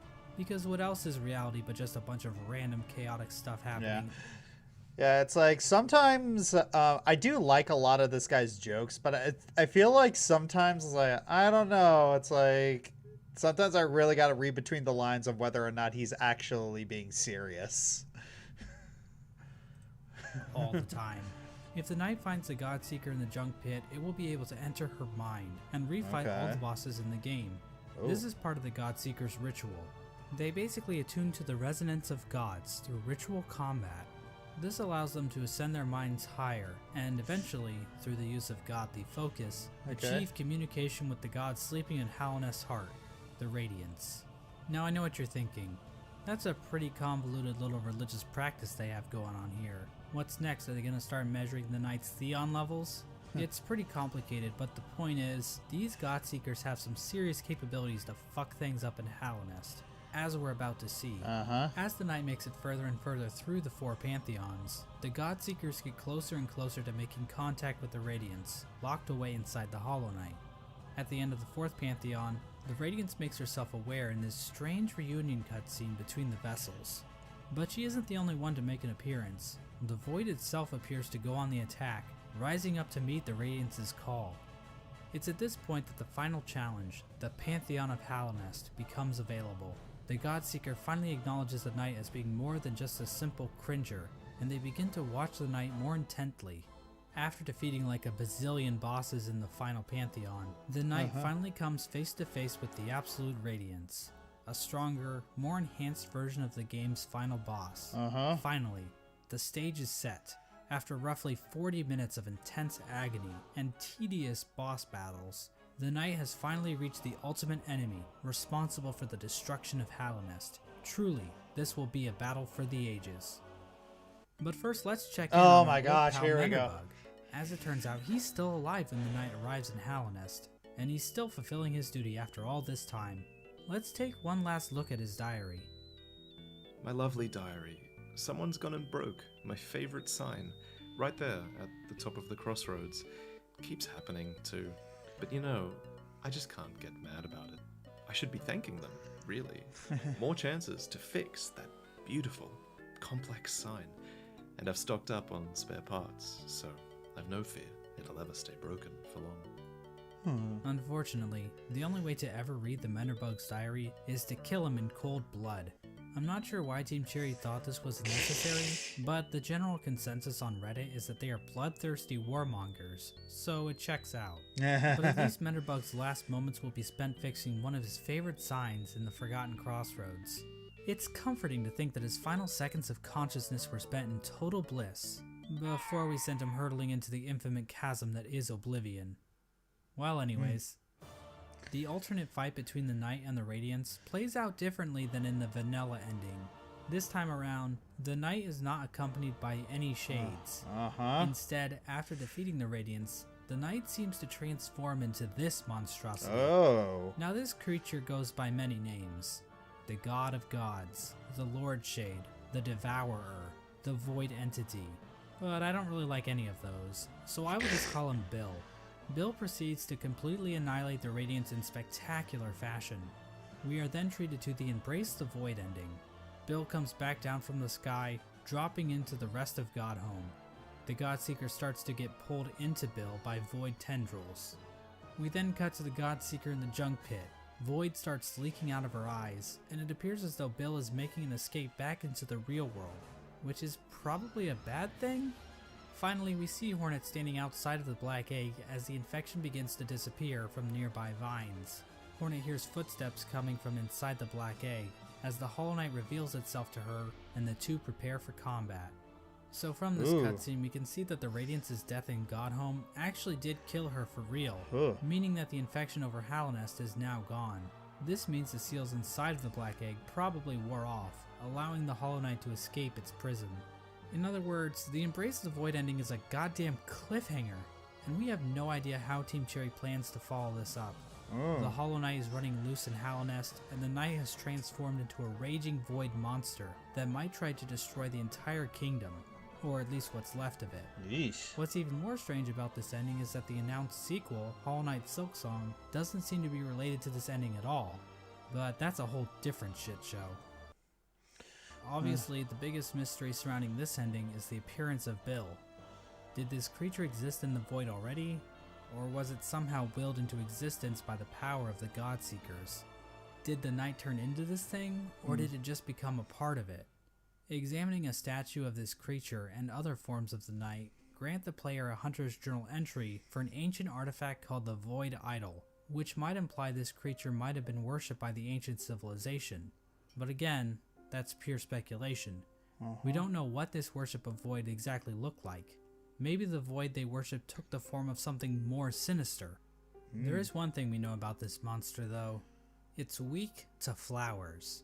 Yes, these things. As it turns out, those delicate flowers that Zamir has stockpiled up her ass are actually useful for something. They contain a strange power that even deters the White Lady from touching one. The Godseeker, however, is dumb enough to accept a flower from the Knight. If the player does this, instead of Void being released out into the world, this flower pulls a no you, and the Godseeker and Void disappear into thin air. The flower itself is described as giving off a pale light, which appears to connect it to the pale beings. Like I said before, pale beings appear to be some form of top tier gods, As of right now, we are only aware of two, the Pale King and the White Lady, but the fact that Zamir brought these pale flowers from a faraway land implies that there are definitely more of them out there. Another small hint of the existence of pale beings are the pale ore items that can be found all over Hallownest. Did these come from the Pale King, or possibly some other pale being? And what exactly are they? Are they poop? In general, the Godmaster endings appear to be doing a lot of setup for future Hollow Knight content. Like I said before, Hollow Knight Silksong doesn't seem to connect these events on the surface, so we are in a bit of a bind when trying to discuss what these endings actually mean for the greater narrative Team Cherry is building. There's definitely a lot more to consider about what the pale beings are and what properties they possess.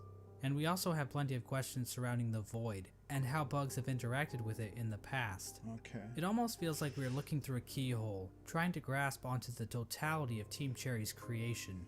How powerful are creatures like Bill and the worms? Where did things like the Void even come from to begin with? How much bigger is the world beyond Hallownest? Is Bardoon into butt stuff? But of course, that's the appeal of a game like Hollow Knight. Having all of the answers to every question would just ruin the mystery of the world. Yep, that's true. Plus, if we didn't have questions like this to waste our time on, then what else would we be doing with our lives? Go outside? Ugh. And so this video comes to an end. Now I know the average attention span of a YouTube viewer is 9 minutes, so let me leave you with a few takeaways. 1. Hollow Knight is a game about bugs. I know this may come as a shock, but it's true. Watch the video again, and this time, pay attention. You'll notice right away, I promise. 2. Lagas. Murdering your own babies might not be such a good idea after all. Yeah. I mean, this is obviously just my interpretation of the game's lore. Other people might have different views on the subject of murdering babies, and every opinion is valid, so I don't want to step on anyone's toes or anything. 3. Menderbug is fucking dead. 4. Nothing is certain. This video probably has a few flaws in it. Trying to construct a cohesive narrative with the information found in Hollow Knight isn't exactly straightforward. I'm sure my views will change in the future, and I encourage you to explore the lore yourself. 5. And this last point is fairly obvious, but I should mention it anyway. Cory in the House is the best anime.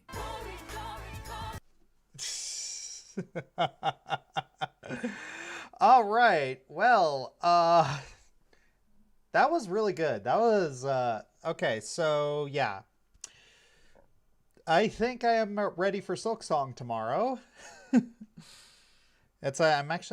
I'm probably going to pick it up on PC instead of PS5 because if that happens again, I swear I'm not going to be happy.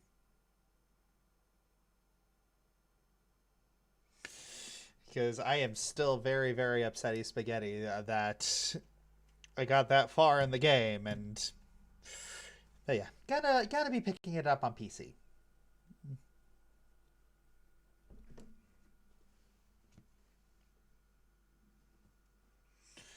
All right, what am I gonna play now?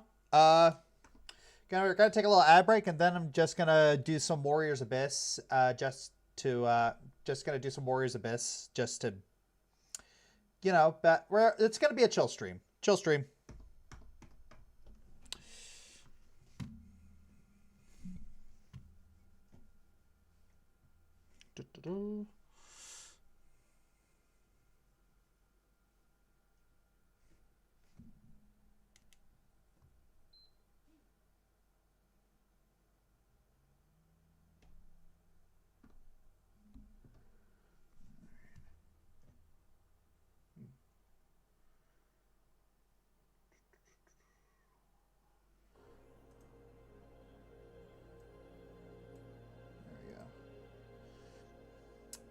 All right.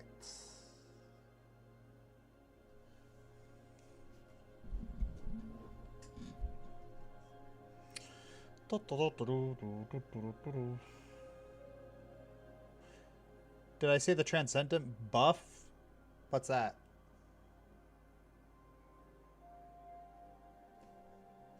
Okay.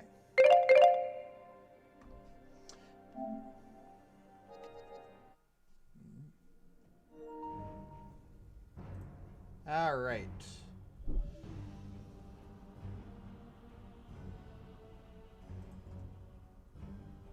Okay, remove.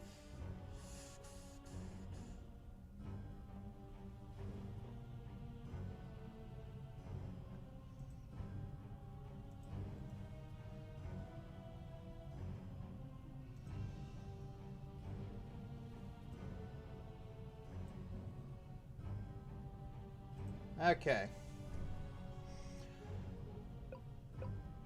All right.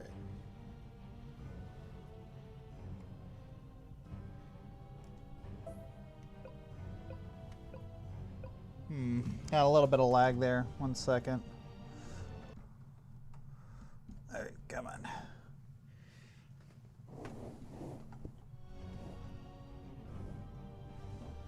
So I'm gonna go. Bye, guys. All right, that's fine. All right. All right.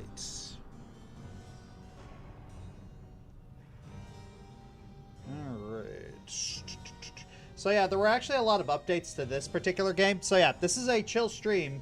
So if you guys want to ask questions, you absolutely can. Well, the Hollow Knight survived through the abyss layers of Warrior's Abyss. I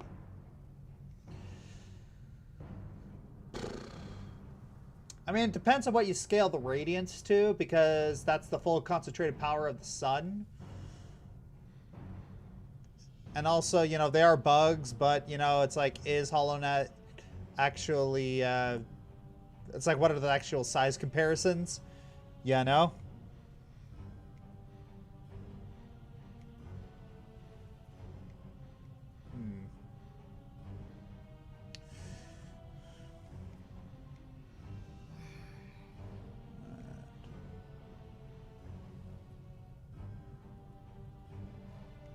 All right. Have I heard of Spark the Electric Jester? Yes, I've actually played that for an Indie Monday.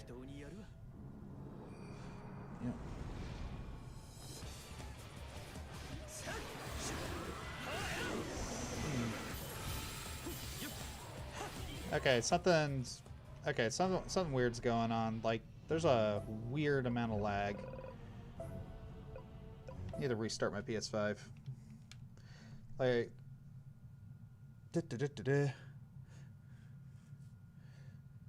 we're still in the just chatting. Oh, yep. Thank you for letting me know. I gotta change that to Warrior's Abyss.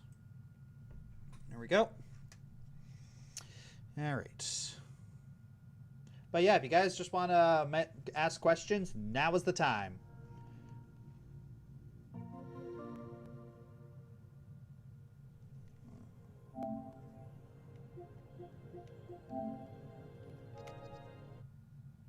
All right, let's try this again. All right.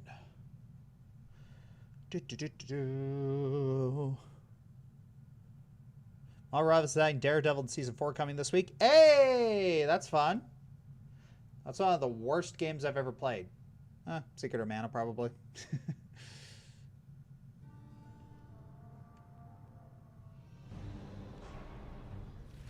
Yeah, let's try this again.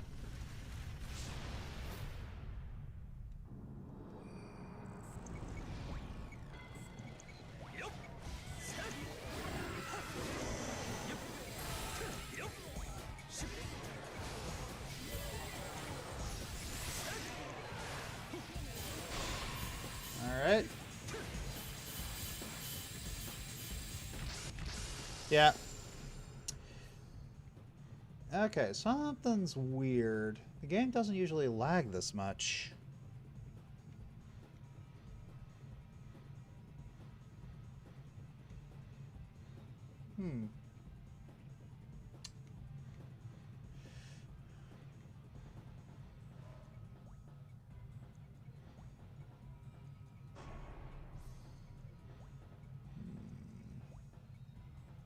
Alright, I'll grab you. Well, this is one of the worst games I've any other of the worst games I've ever played. I mean, let's be honest, I have played Superman 64. I mean, I enjoyed it, but let's not kid ourselves, it was bad. I also played Sonic 06. I mean...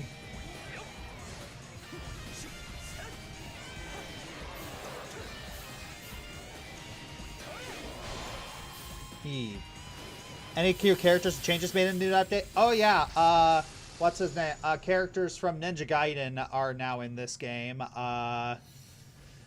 They also managed to upgrade a lot of characters too.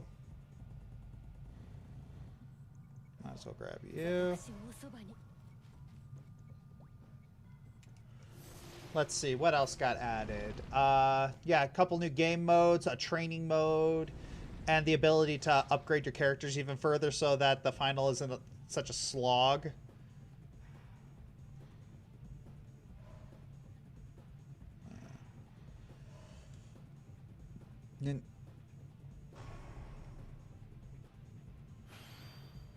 Yeah. Something's weird.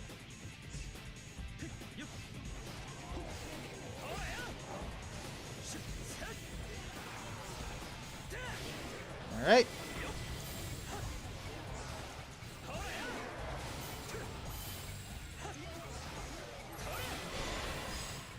Alright, what do I need? Interrupt telegraphed attacks. Yeah, generally the strategy here is you want to get at least one of all the main things. Then you start working for unlocking attack actions, get up to endure, and then you build usually whatever you want after that. Speaking of Ryu Hayabusa, would I consider him for a future Triple F? I'm not sure. It's going to depend on how, like, culturally relevant he becomes. Because he was culturally relevant back in the day, but the problem is, right now with Ryu, is that, most people...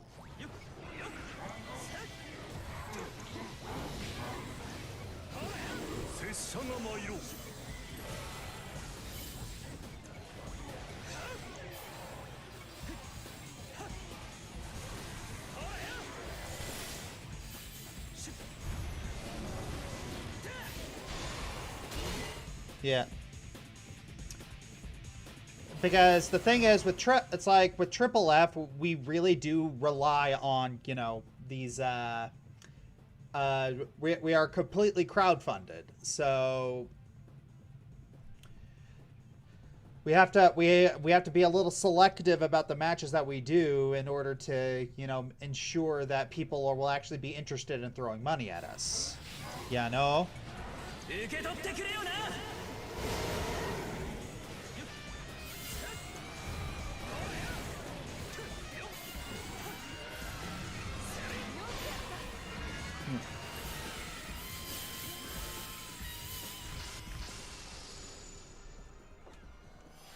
Juicy meat, which I don't need because I was at max health. Yeah.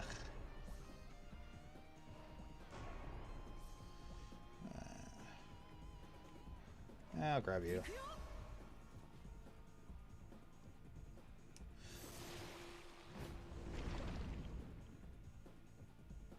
Yeah. Is there a system update that needs to happen? Maybe.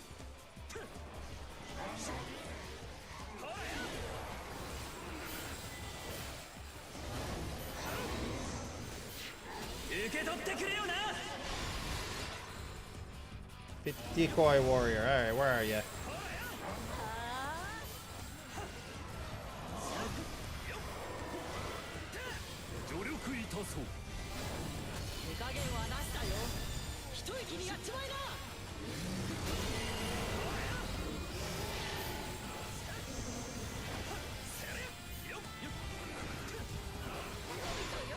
There we go.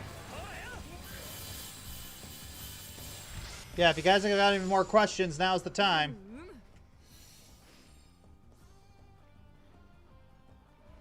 Alright, player hero.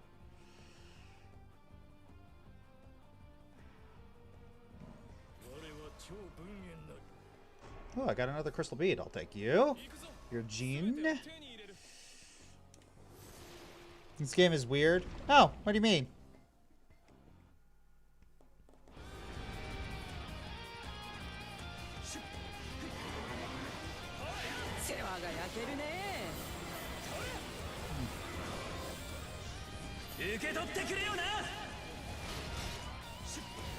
Alright.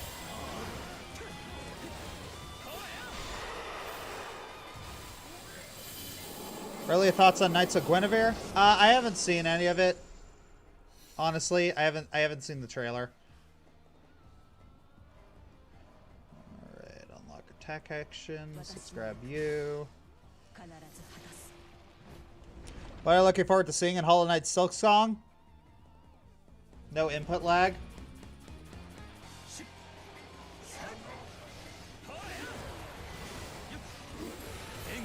Honestly, I just want to have fun with the game. It's like Hollow Knight, the original, like, even with the lag, it had some good moments in it, but it's just like, I was very sad.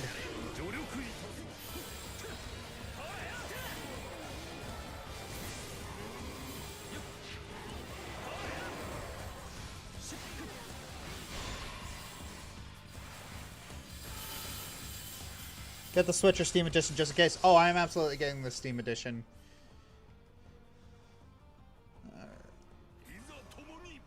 I'll just grab you.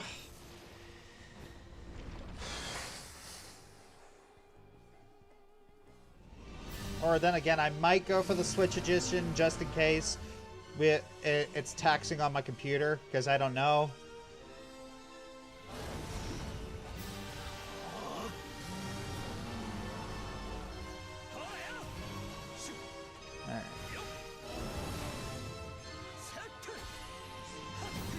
Oh, that didn't work? Yeah.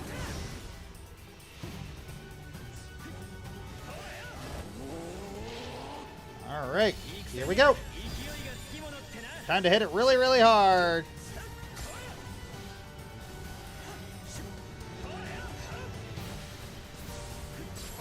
Alright, was able to smoke it. Alright, was able to smoke it in one round. That's good. Da-da-da-da-da. Meow.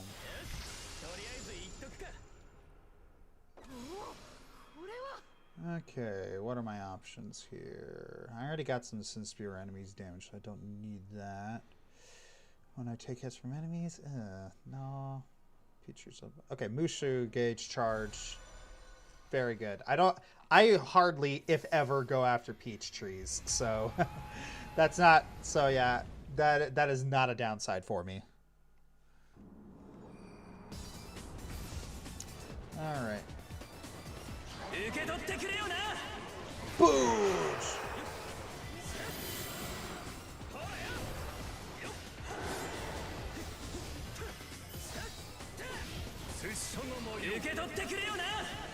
Boosh! Oh, the three punished souls. I got time. Let's beat this raid.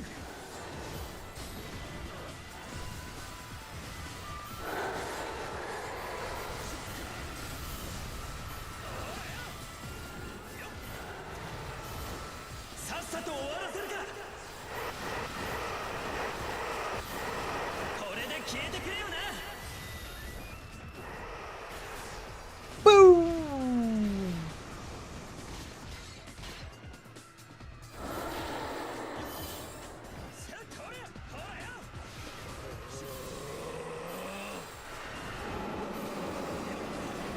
Alright, beat those guys. Alright, I need to start getting closer to them just in case I run out of time.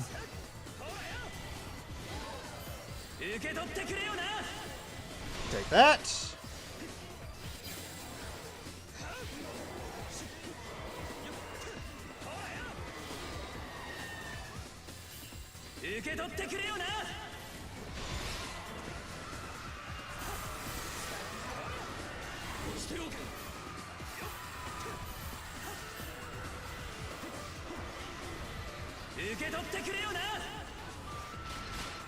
Alright, yeah, just kind of farming out these guys a little bit because I have time before I need to kill the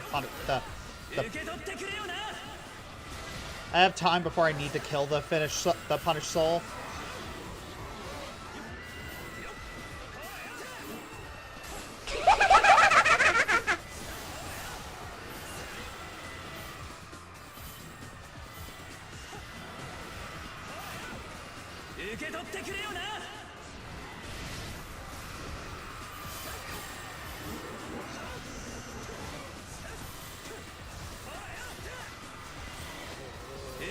Alright, that's enough farming.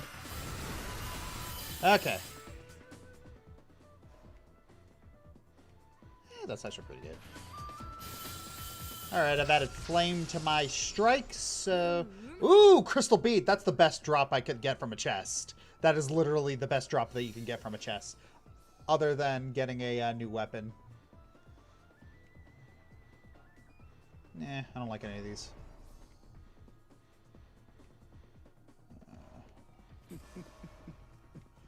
Let's get another one. Ooh, yes, absolutely need to get you because you are Jean. Alright, let's do Emma's recommended formation. Cool. Alright.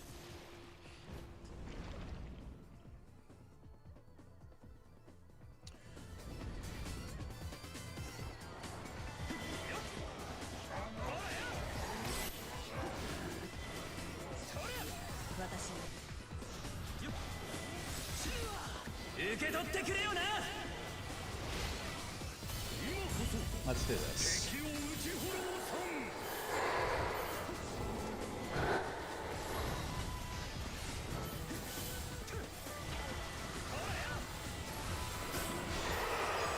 Alright, meat buns of love. Yeah, let's do that. Because that actually synergizes with Sima Zhao's ability a little bit. Alright, Sima Sure. Perfect. Perfect. Alright, let's keep going. Yeah.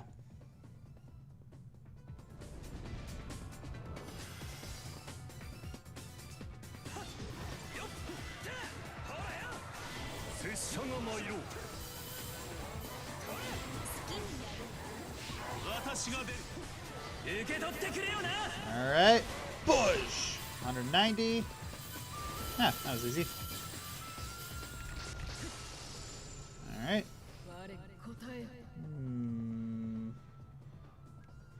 I do need speed. Let's grab you. How much wisdom do I got? Not great. I need to grab some more wisdom because that affects my Mushu attacks, and I have an item that makes Mushu attacks more happen.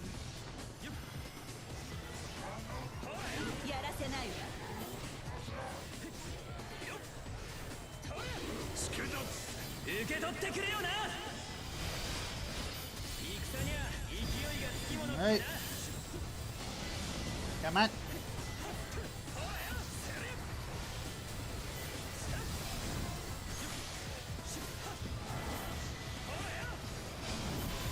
There we go.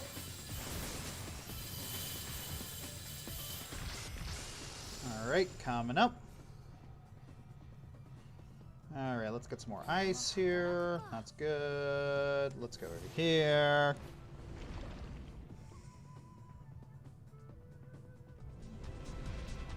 Your Lego Batman looks impressive. Yeah, I'm not really into the Lego games. Oh. Alright, let's take one more break. Let's take one more break before we go for lunch.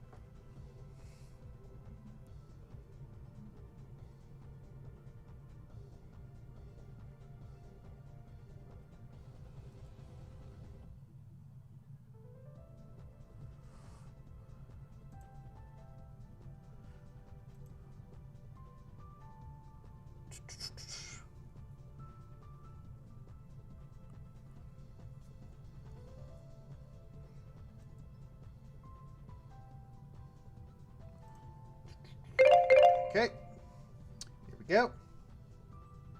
Any thoughts on Battlefield 6? I mean, I might give it a go, considering Call of Duty has not been grabbing me lately.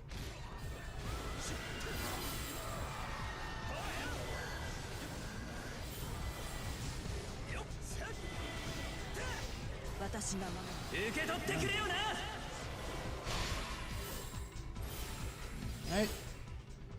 Okay, apply ice attribute. That makes my attacks hit harder. Perfect. Let's see what we got. Oh, Wang Yuanji. Perfect.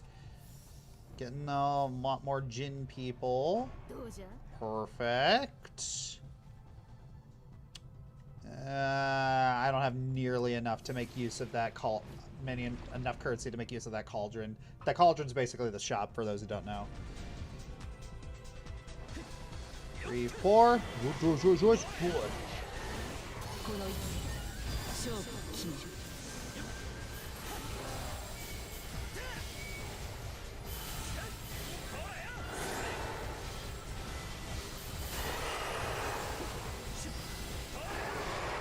That. Okay, what do we got here? Ooh, that's a lot of emblems. Lubu, give me lots of emblems. It's honestly really good. Increase range, destroy bears, charge Musha, destroy projectiles, charge assemble. Yeah, that's a lot of emblems. Alright. Call of Duty Tires says you keep making Black Ops sequels. Yeah. Yeah, but it's part of the brand, so they'd be stupid not to do it.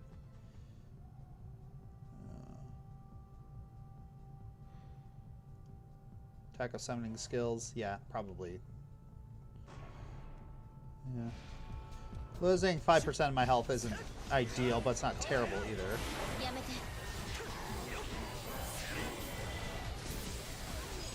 Alright, what's this gonna give me? Skill shots. Yes, that's good.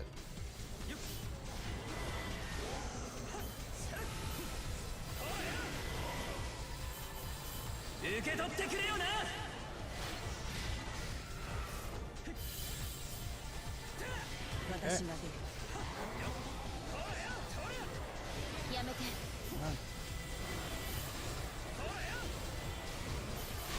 There we go. Don't fight Lu Bu yet. Oh no, I made an alliance with Lu Bu. Alright, what do we got here? Man, that's honestly really good. Yeah, that's very powerful for... Those are some very powerful emblems for what I need. Okay. Okay. It feels ominous. Alright, now we get into probably one of the easier bosses of the game.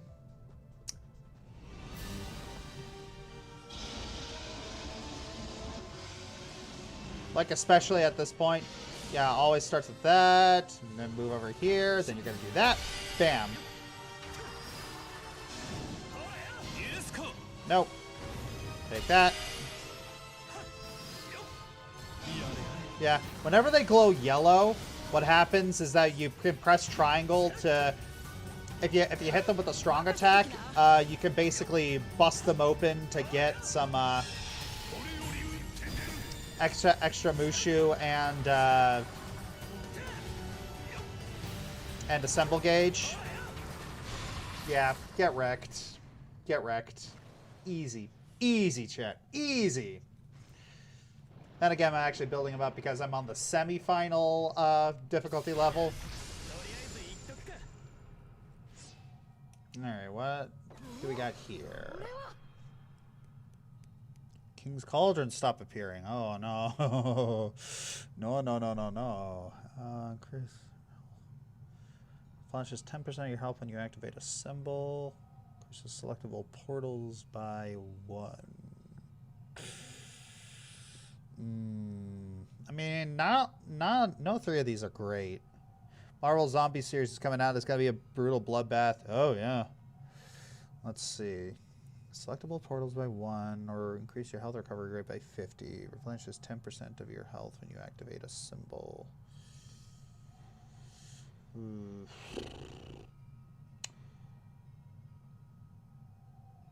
I mean, I'm not really hurting for, I'm really not hurting for health right now. Yeah, maybe the compass. Yeah, that's just the thing about roguelite. You just,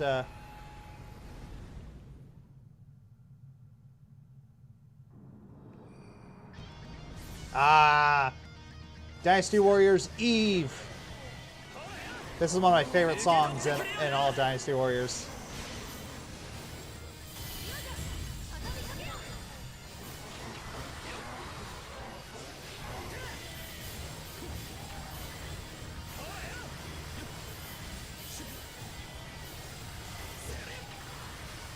Come on. Ooh, need that pearl because it gives me a free emblem.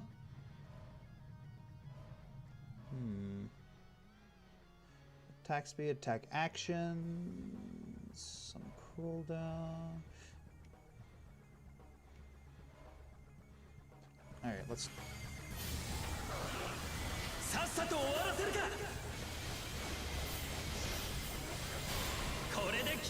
Alright, 300 enemies. Not bad. Let's hit them very hard! If you had a franchise of choice to give Warriors to pay, what would it be and who would I have as the main character? I want to see a Final Fantasy Mushu. That would be amazing. Or Mega Man Mushu. That would be amazing. Or heck, Pokemon Mushu. That would be fun. Yeah, Pokemon Mushu would be fun. What else?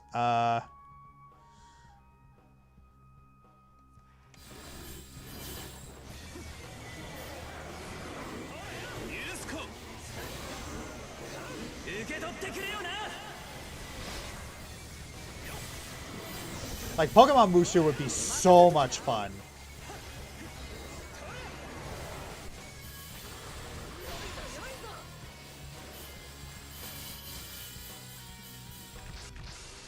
Castlevania? Oh, Castlevania would be an amazing Warriors game. Or Sonic Warriors. Sonic Warriors would be fun.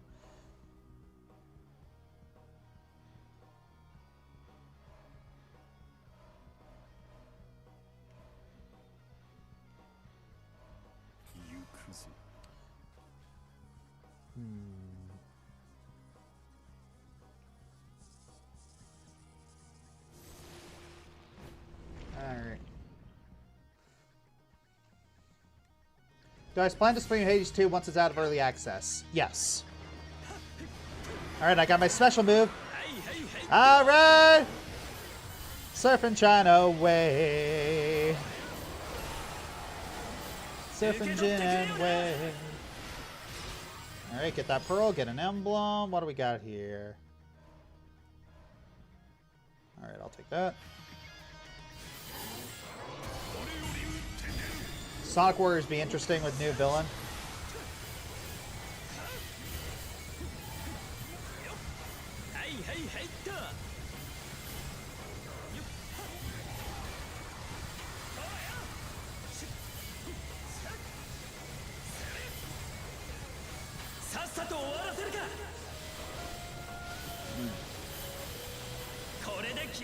Alright, 3 punished souls. Where are they?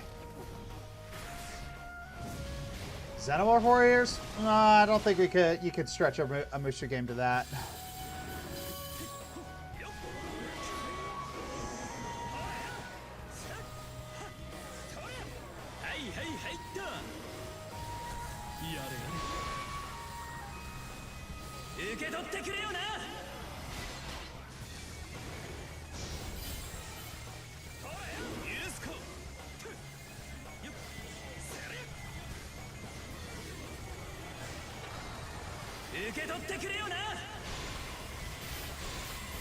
There we go.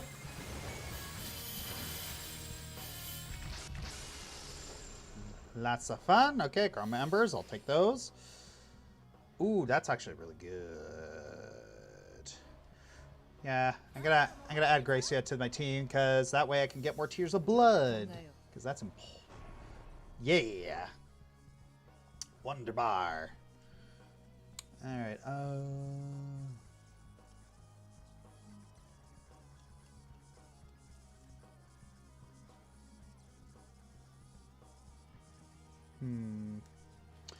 You know what? Let's risk it.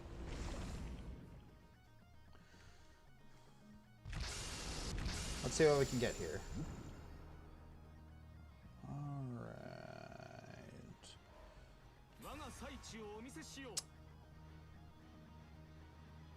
Slay, flame. Nah.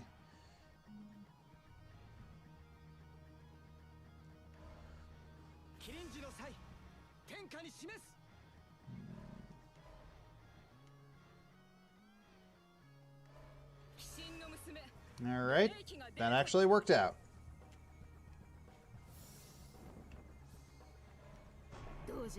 Okay, this is actually working out. Let's do this.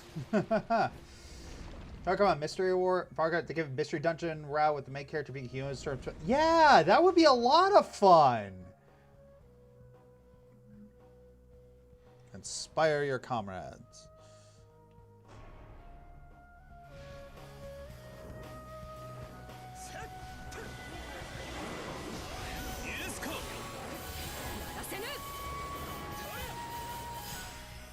Alright, what do we got here? Raise attack by 40%? Yes, please.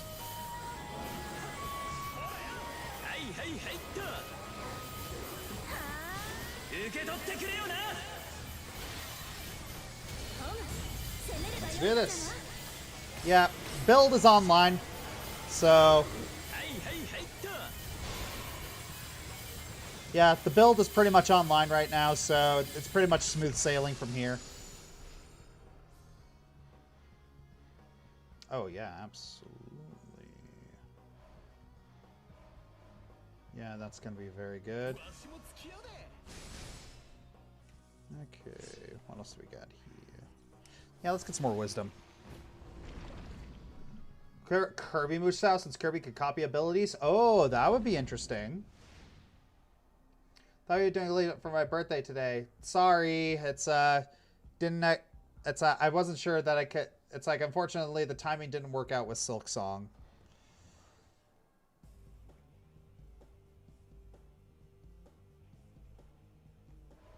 Hurry down the mountain.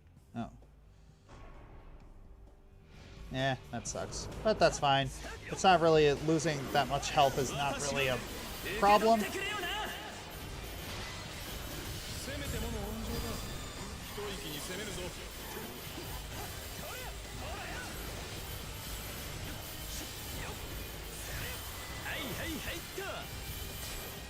That's a peach. That's not a... So yeah, I gotta keep listening for those sound effects so I can, if they even happen to be pearl. Up, there we go.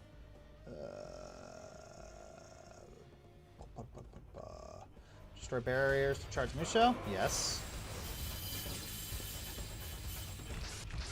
Okay. Ooh, Sumayi. Definitely need Sumayi. Alright. What am I looking at here? Summoning skill shots? That'd also be really good. But then again... I don't know. My build's really online now, so I'm not sure I need Endure at the moment. Mario Musho? Oh, that would be fun.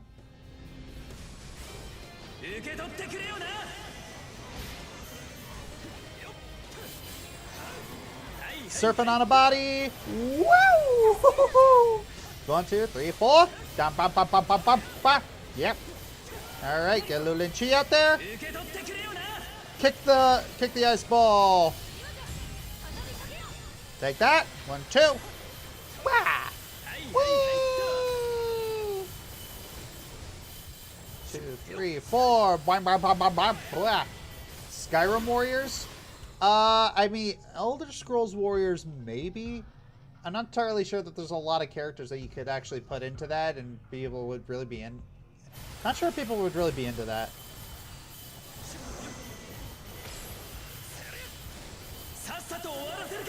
Wham, wham, wham, wham, wham, wham, wham, wham, wham. Oh, okay, increase range. I'll take that.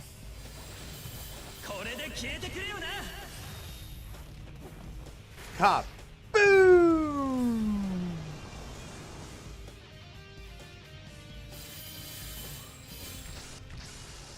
Alright. Yeah, best drop. All right. Yeah, this guy gives me a little bit more. He'll be better for later. But let's see what we got here.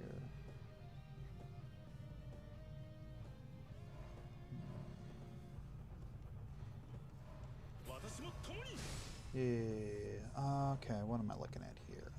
Executive hit window or charm.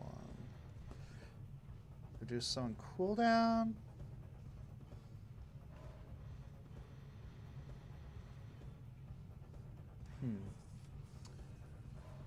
Normal attacks, launch slashes.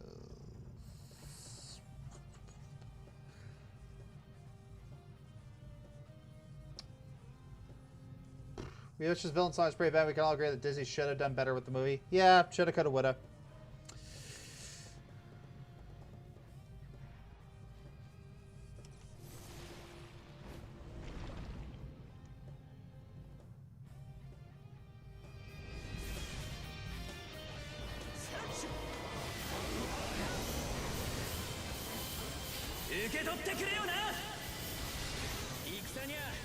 Alright, just get rid of this guy because these guys give a lot of goodies.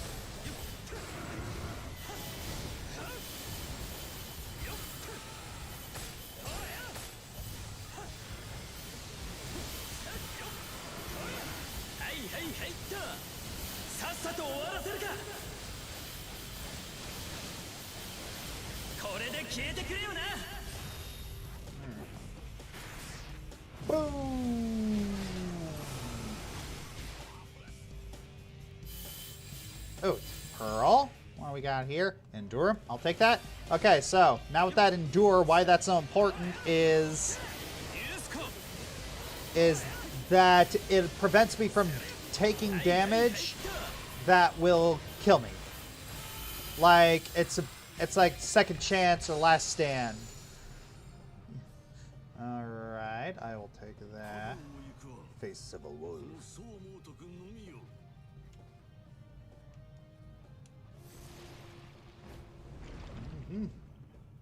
Which villain songs did I absolutely despise the most? Which song I hated the most on the list? Probably was Sinisterio.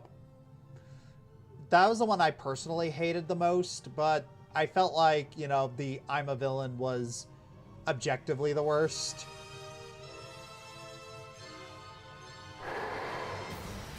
You can't catch me. I'm Super Jow. I'm too fast.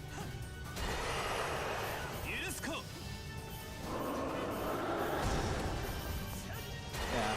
The Tamahami is one of the harder bosses.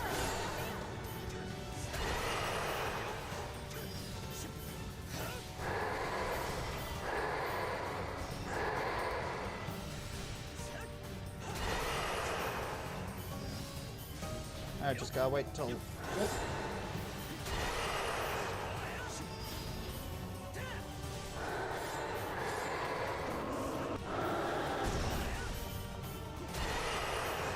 Alright. Alright.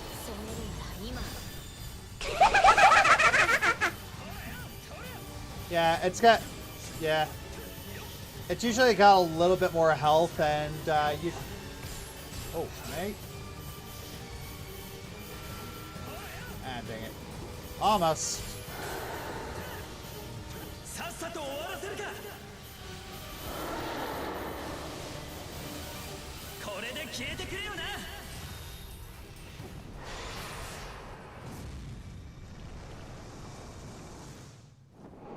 Epic finish. Oh, but going back to Song Wars, he could be a new villain at the helm, or he can cross a new scheme to turn Mobius into his own personal kingdom. Yeah, I can see that.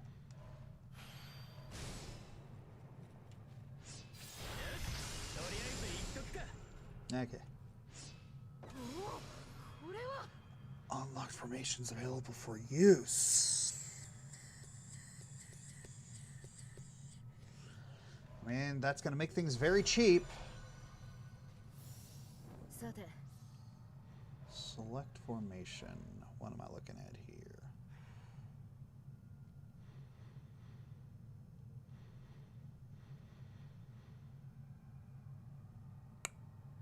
honestly pretty powerful.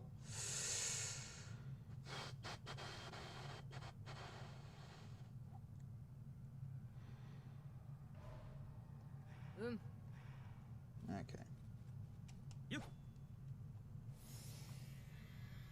Yeah. Yeah, I would.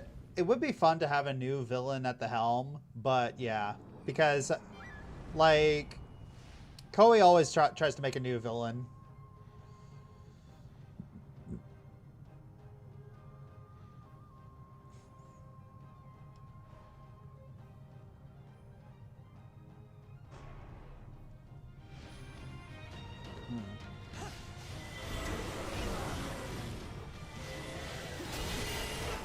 Oh, jeez. Yeah.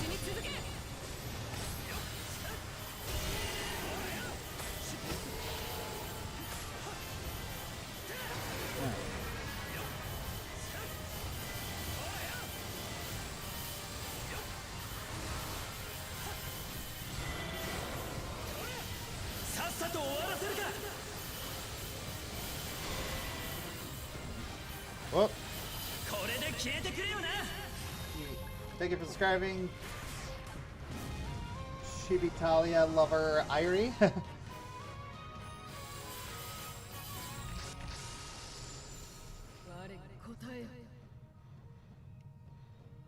Yes, Ryu Hyobusa.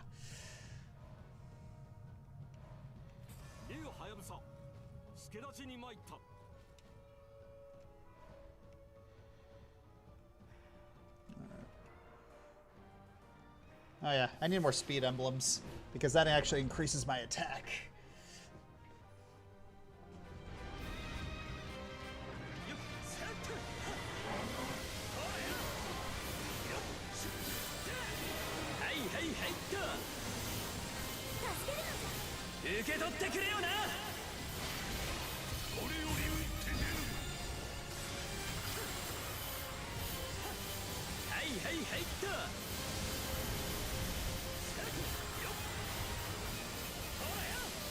Alright. Okay, so I got a mission on this one, so it should be 3 punish souls. Okay.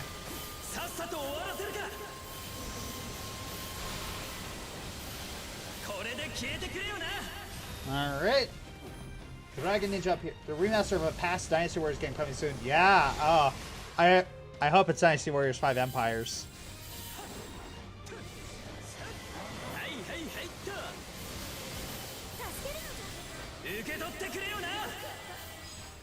Alright. Damage to barriers? Yes, please. Alright, what do we got here? Okay, that's fine. Guojia. That's honestly really good. Need more speed. I got a need for speed. Blah, blah, blah, blah, blah. What do we got? What do we got?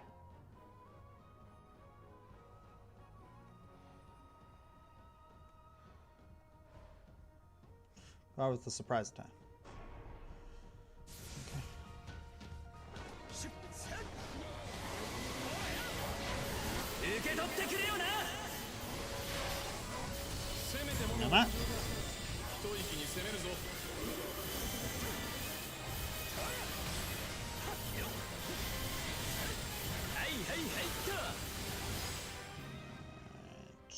Mooster Gauge Charge Mat? Yes. That's really going to help.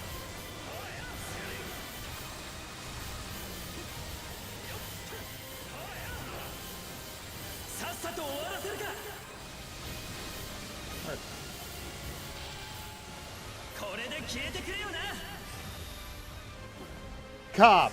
Boom! 400 enemies. Okay.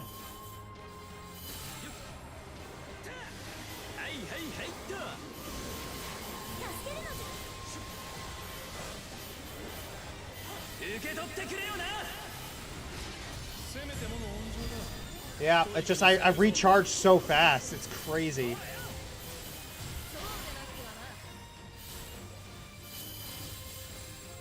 Alright. Yeah, build Eternal Cycle Staff. That's one of the guest characters. That magical girl staff. All right, what do we got here?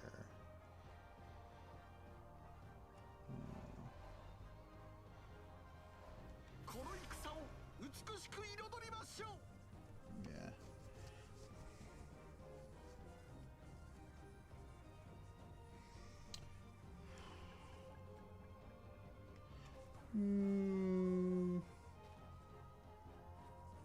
Sure, let's grab some people.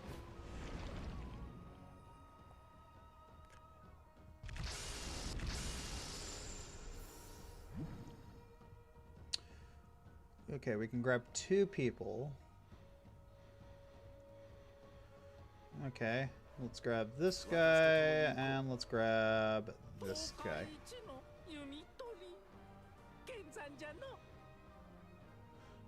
Okay.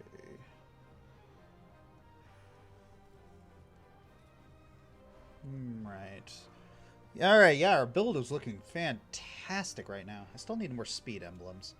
So, let's do that. That's a lot of damage. Let the bodies at the floor. Yep.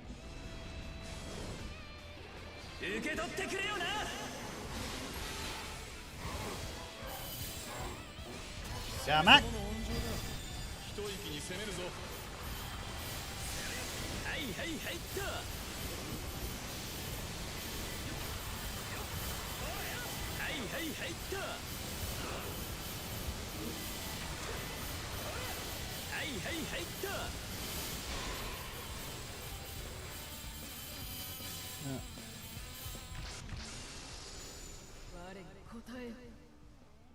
Okay, let's see what we got here. Ooh, consecutive hits recover health. That might not be terrible.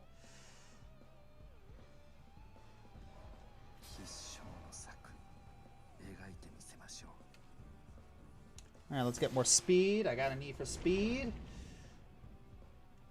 Hopefully. Get more speed.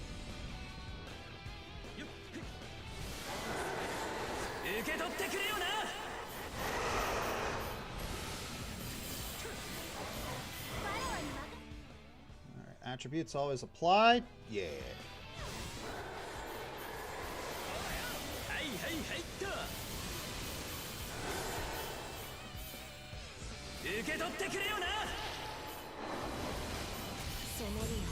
See that? Yeah. The raids are annoying.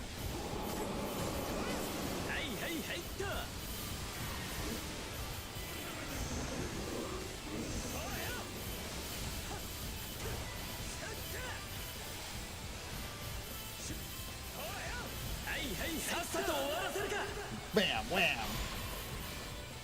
Wham, bam, thank you, ma'am.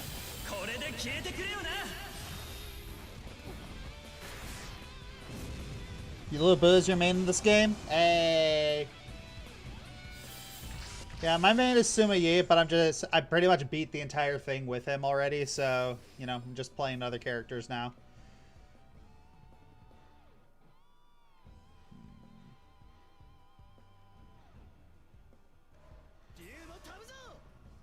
That's gonna help me more.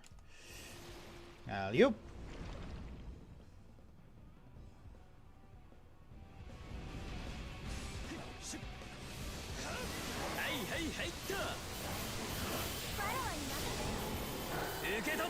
Nope.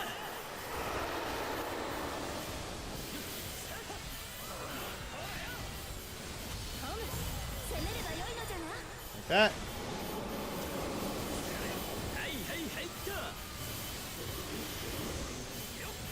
Or shush. Yay. That's a lot of damage. Ooh, Pearl. Free movement allows you to move through enemies. That's honestly really good.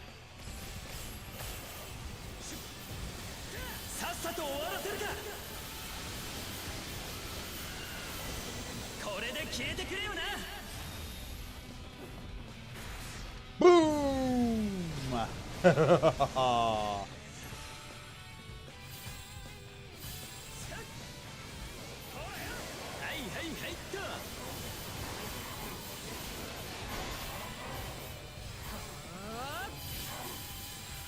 Okay. Vigor. Okay, I'll take that. That actually helps a lot of my other people here.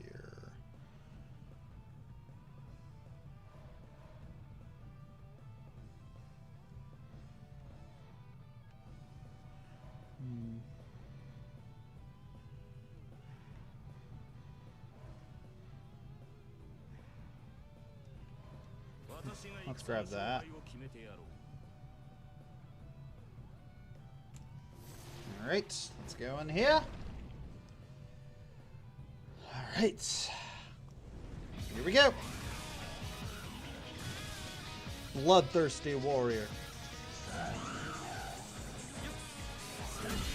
Take that.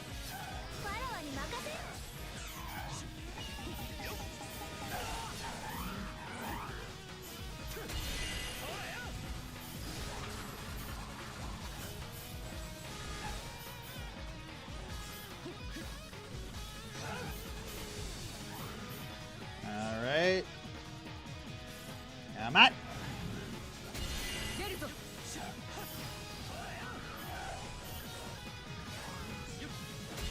Take that.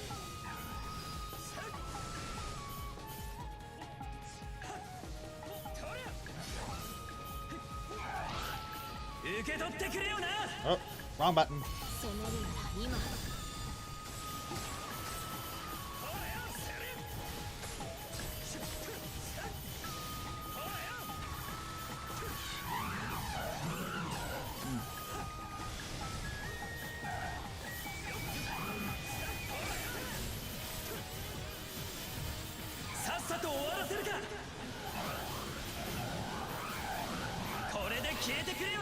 Let's see how much this hurts.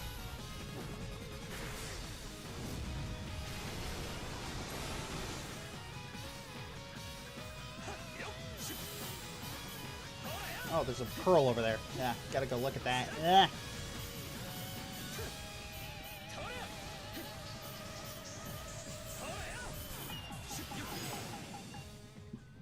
Increase freeze probability.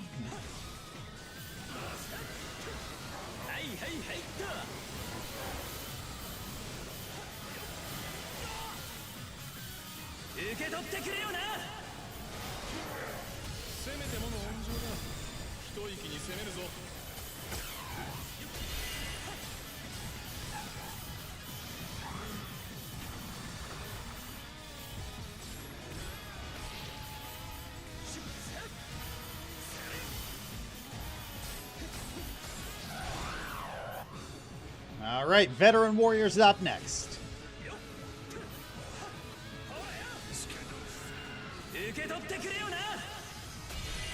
Take that.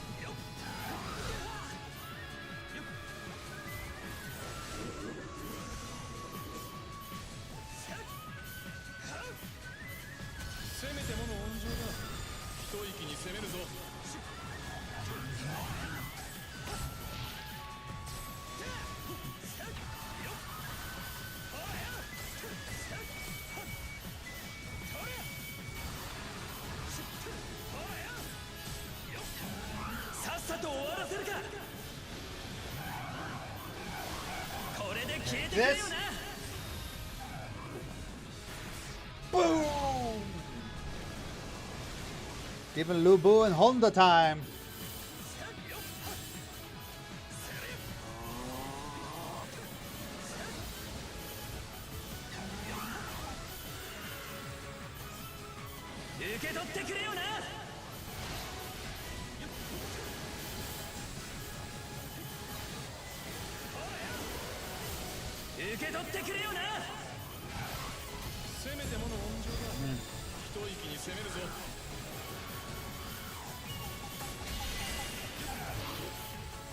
Take this.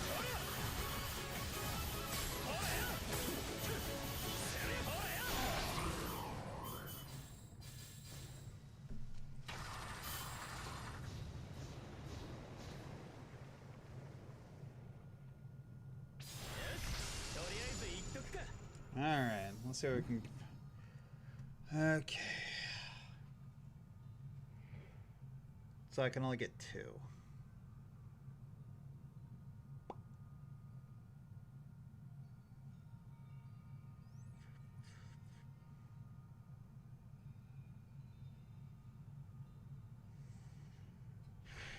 Alright, well, it's just going to depend on which guys are going to be most useful for me. Assemble duration 3, that's not bad.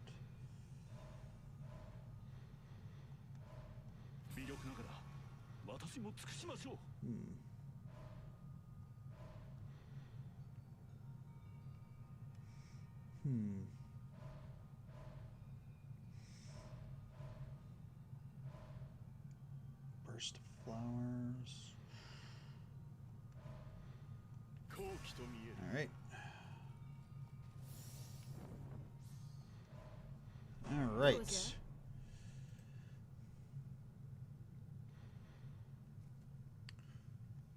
Oh no, I don't want the 8 trigrams. Give me back the black tortoise, because that actually helps me. Yeah.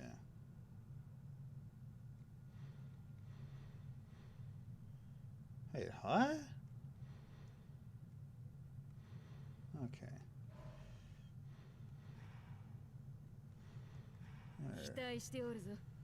Switch summonable heroes. Who are the ones who are the most powerful? Okay, put you right there. Put you right there. Okay.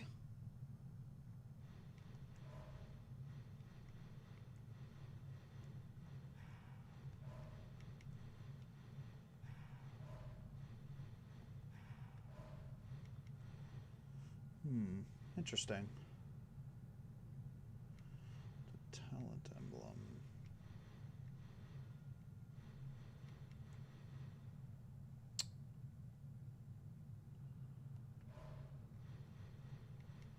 Okay. Here we go. All right, now we're ready. All right. Let's kick some butt. And then I'm gonna go eat some lunch. You are in the way of my lunch, Goma. So die. You are the thing standing in between me and my meal.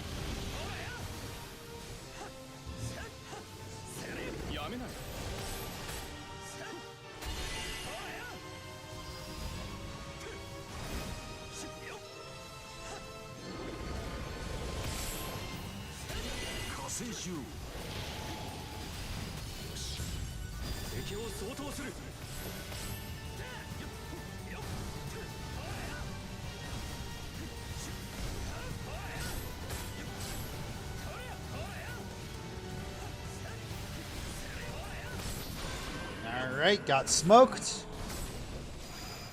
Would you be interested if LPG5 introduced a changeling from the human world? I'm not entirely sure how you would do that, because changelings in the human world and changelings in MLP are very, very different.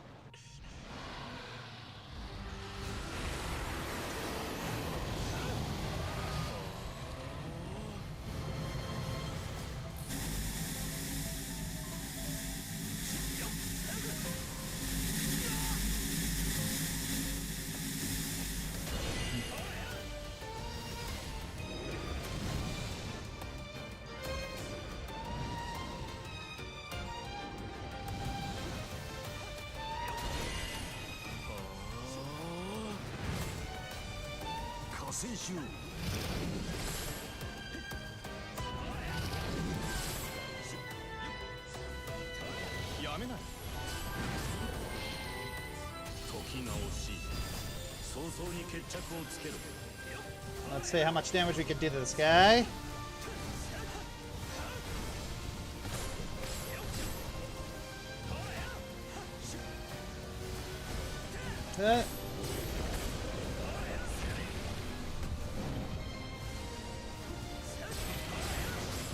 Oh, where are you going?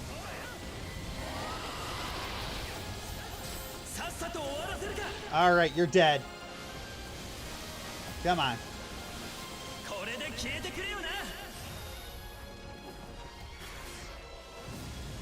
Just shut up. What game is this? Oh, this is This is Warriors Abyss. It is a Dynasty Warriors hits Samurai Warriors roguelite. Ah, didn't beat him in time. His barrier recharged. Oh, wow. There we go. Alright. Okay.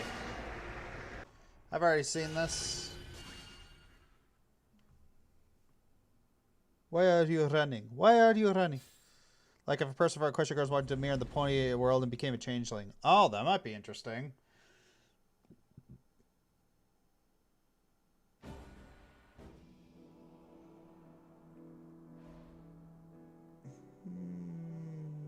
Nah. Alright, I'm going to go get some lunch. I am hungry.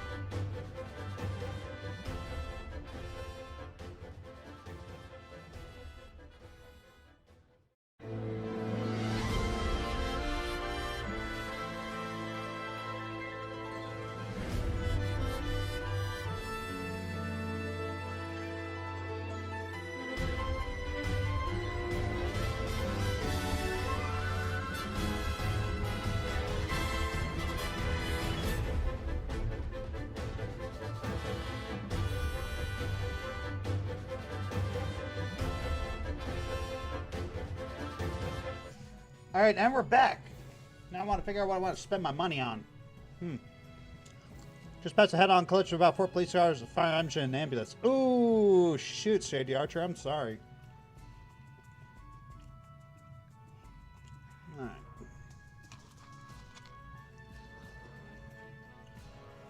Increases attack for some heroes by 30. Damages nearby enemies when you destroy enemy barriers. Okay.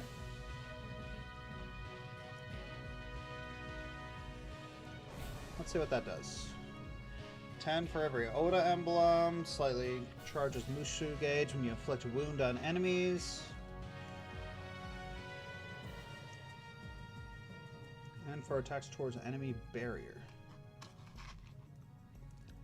Oh, okay, that's not actually not bad.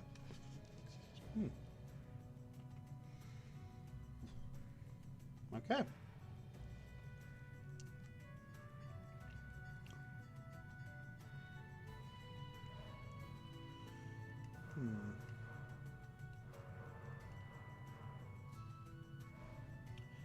Yeah, let's get you a North Star.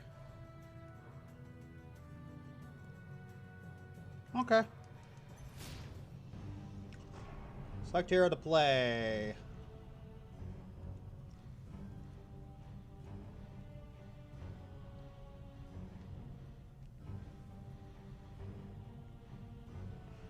All right.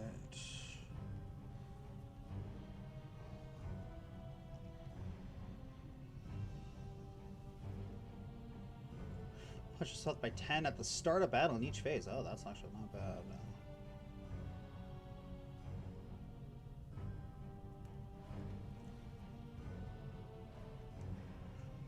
For every way emblem. Okay.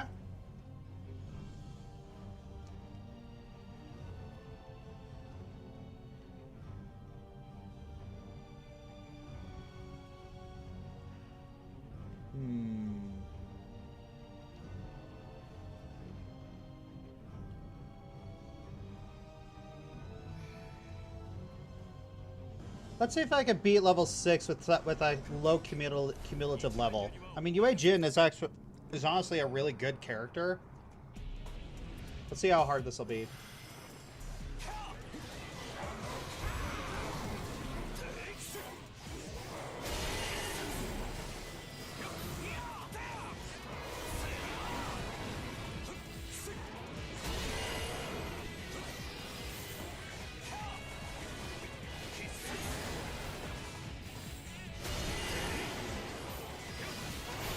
Alright.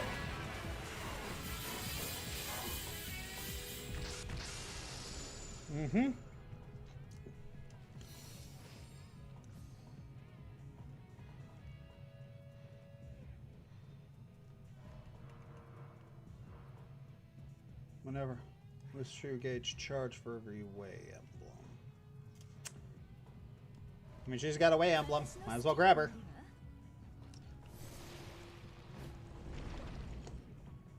Yeah, if you guys want to ask questions, you know, perfect time to.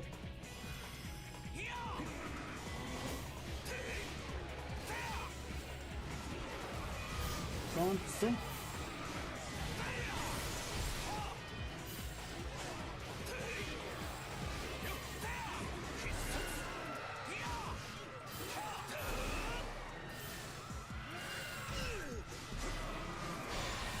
There we go.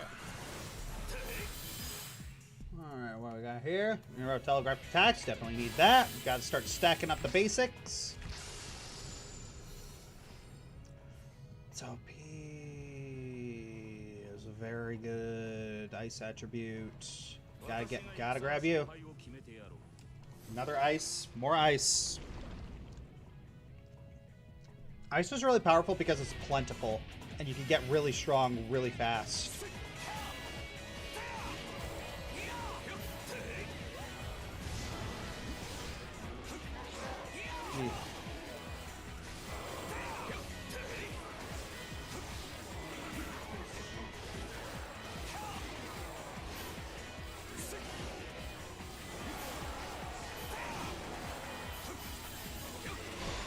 There we go. Japanese is default language. Japanese is the default language. Yes, it's there's no English for this. I wish there was.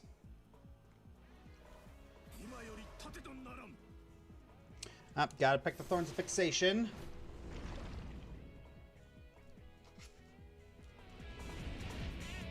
Like, I wish.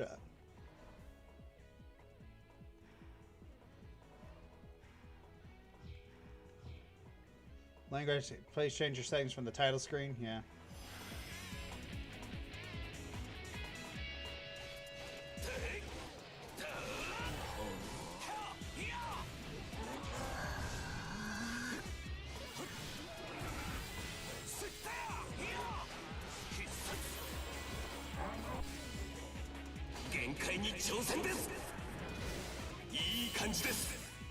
Alright, Mushu attack power, definitely.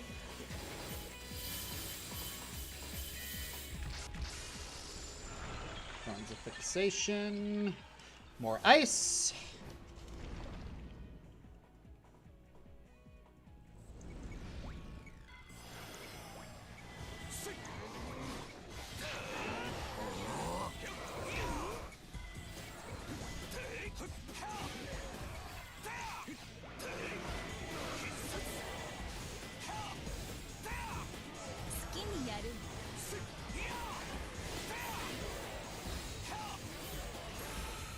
Ooh, Pearl, I'll take that.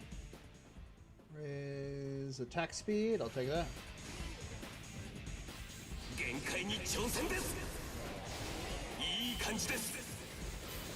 There we go. Awesome. What do we got here? Nope. Gracia, I will take Gracia because she synchronizes very well with an ice build. More ice. Let's kick some ice. Ooh, memory. What do we got here?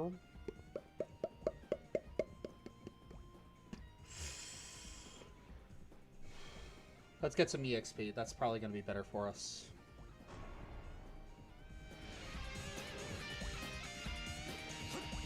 It's either the EXP or the Tears of Blood would have been good.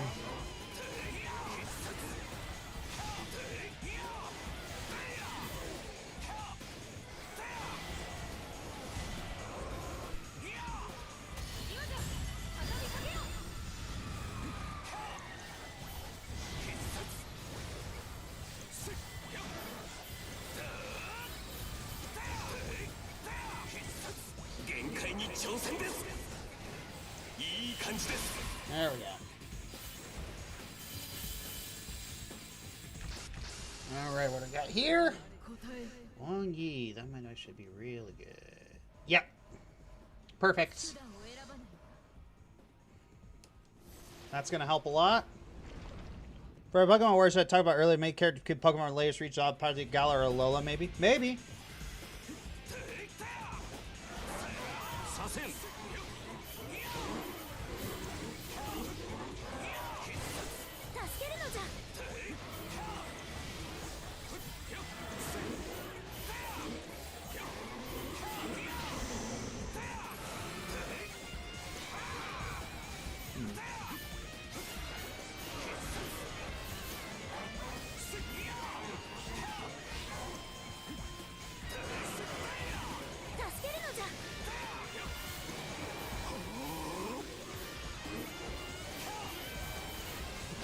There we go. And 130 enemies within 30 seconds. Okay then.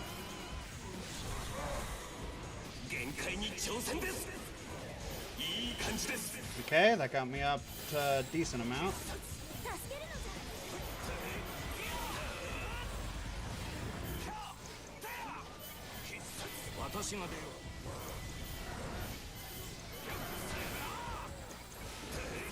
Okay, there we go. Raise attack. 20% is good.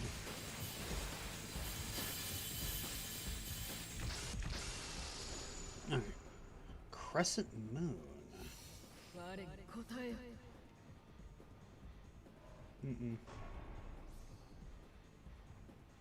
Mm-mm. Mmm.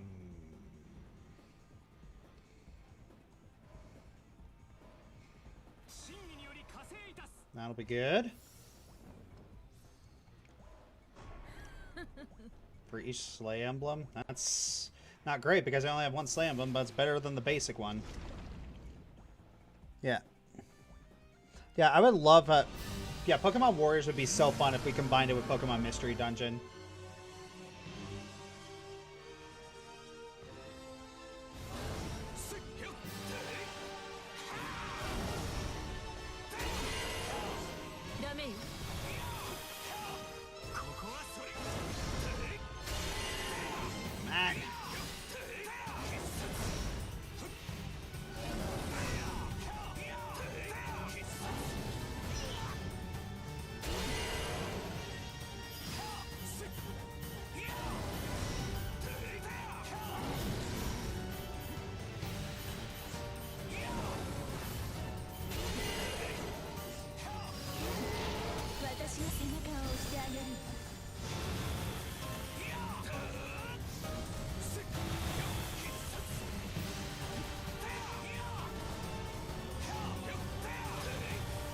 Yeah.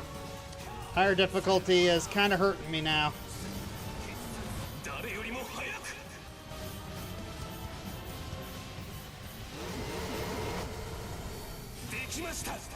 Let's try this. Ooh. Here we go.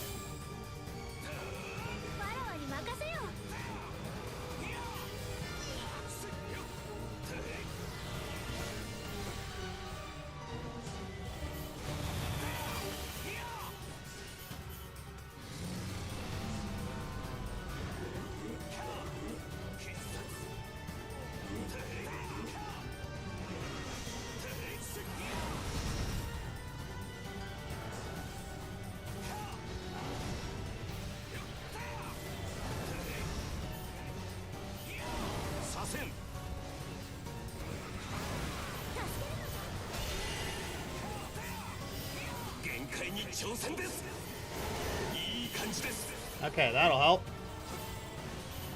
Yeah, unfortunately this purple barrier means that any damage done by my summoned allies is reduced, which makes this a lot more difficult.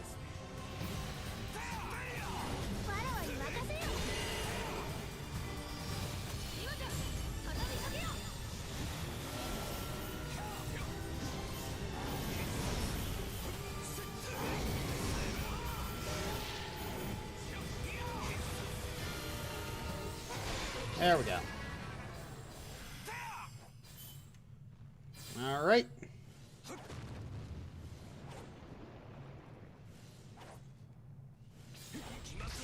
All right. What do we got here?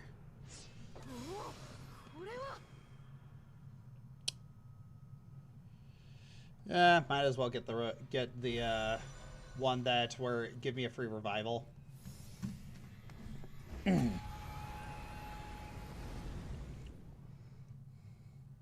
I mean, can never go wrong with that. It was better than all the others.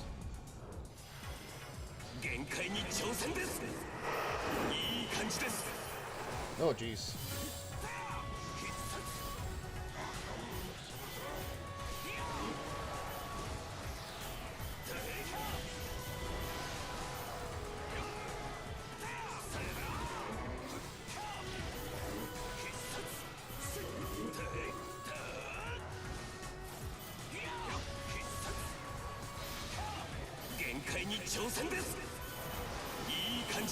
There we go.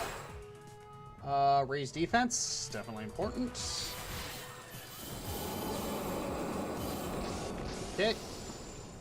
What do we got here? New.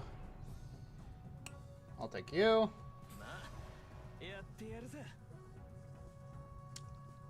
Alright, let's grab you.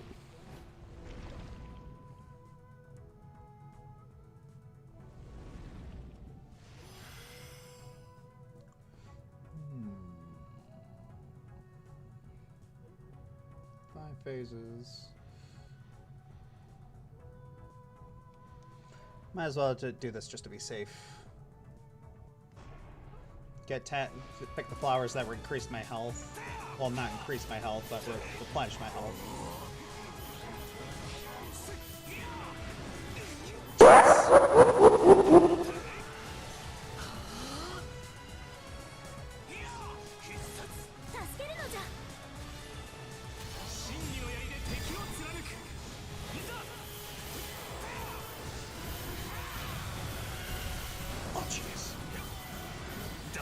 Jeez Louise.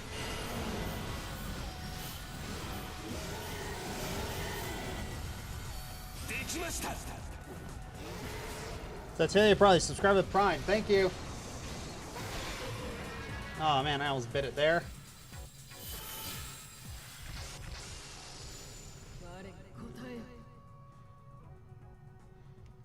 Alright. Okay. What do I currently got on me?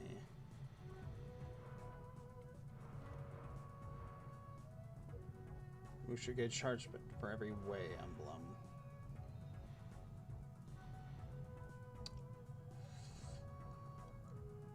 Goemon Ishikawa.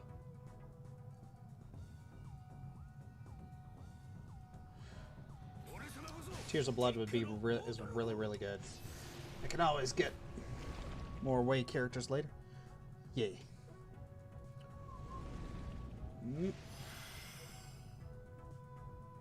Increases number of levels by 3. Archery contest. Causes you to lose 1% of your health every time you evade. Not great, but...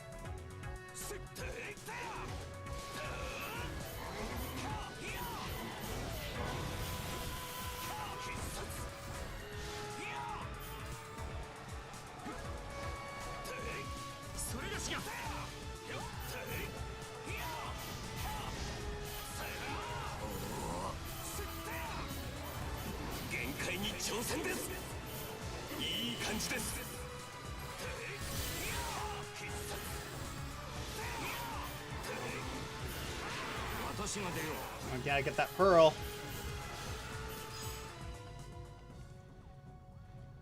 Mushu gauge charge amounts. That'll be good.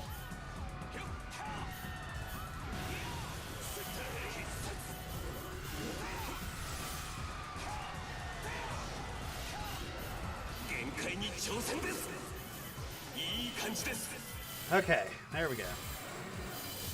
That'll work.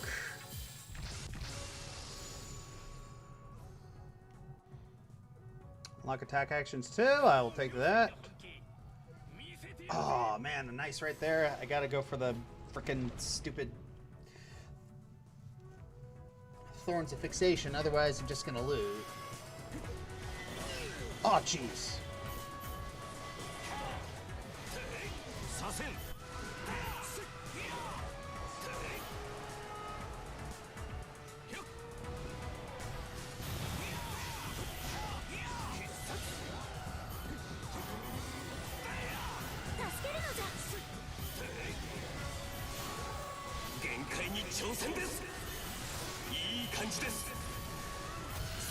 Alright, here we go. Come on.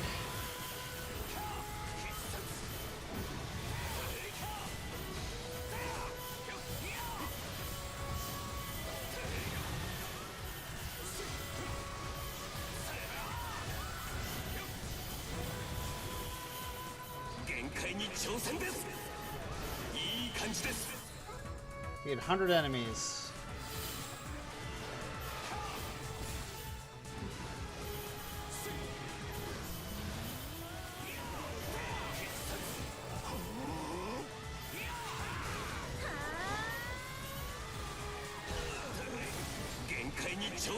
Nice.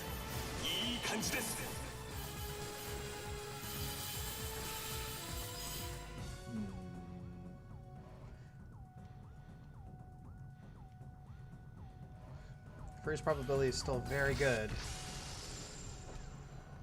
Karma Embers, that's always fine. Let's get another hero. 10 fictional angels, so I have my own version of the Omnitrix from Ben 10. Ooh.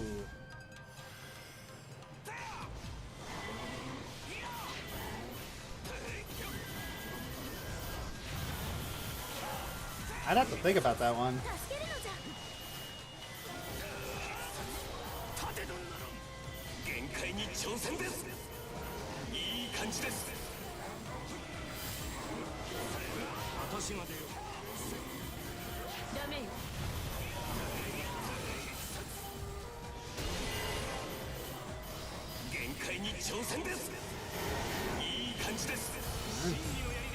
This.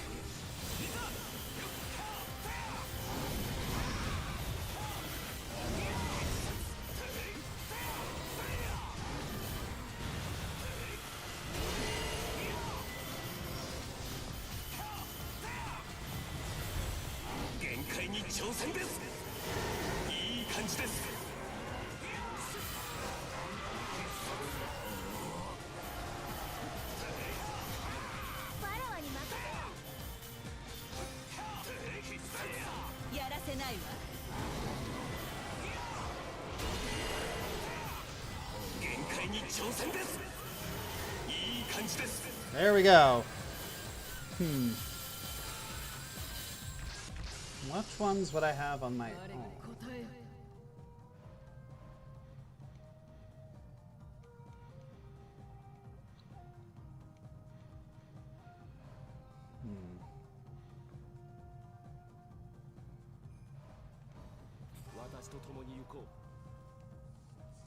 What fictional aliens? I don't know, does Kryptonian count?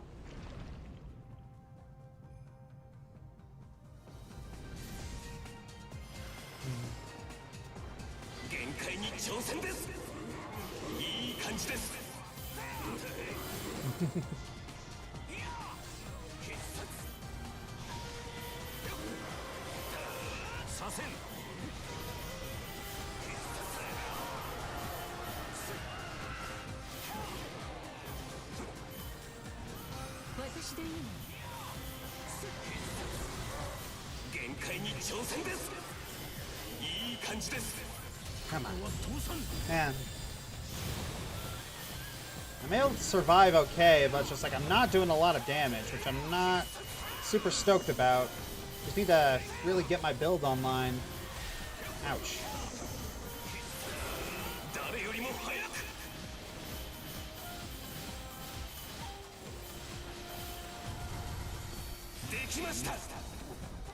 Tennessee show comes up, which is getting a new show, I suppose.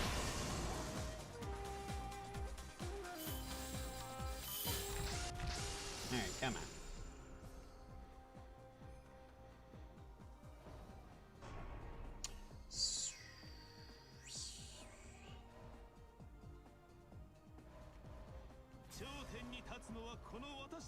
All right. Okay. Hopefully that'll actually do me some good. Fortify during assemble would be a great addition, because that fortify means I can do more damage.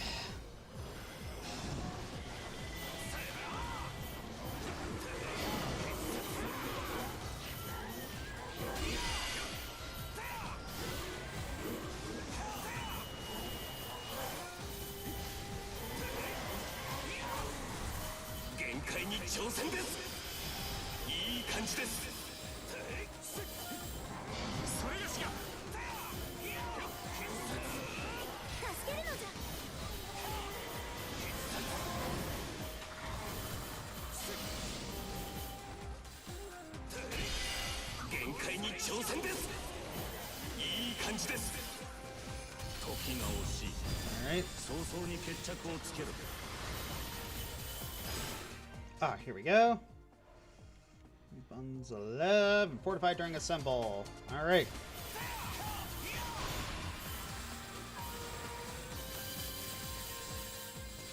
That'll work. Okay, Cao Cao. Cao Cao's not bad.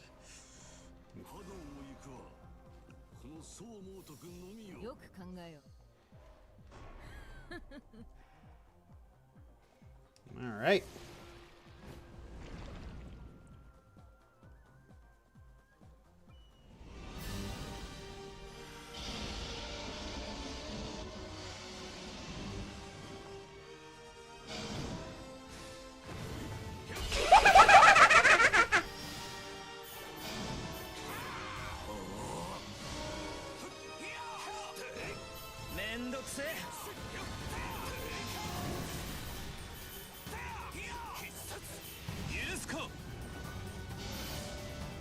Come on.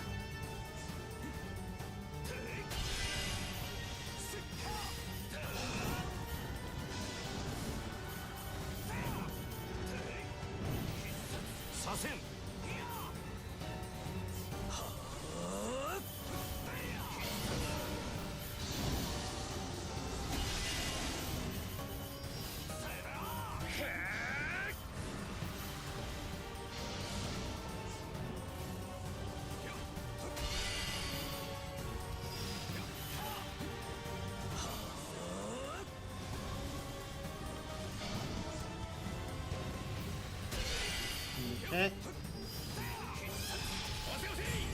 Here, let's do this.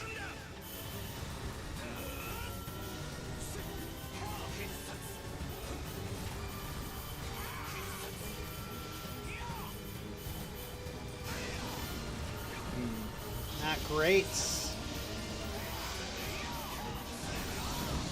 Come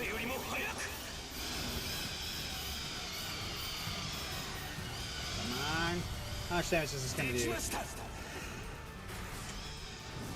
Ooh.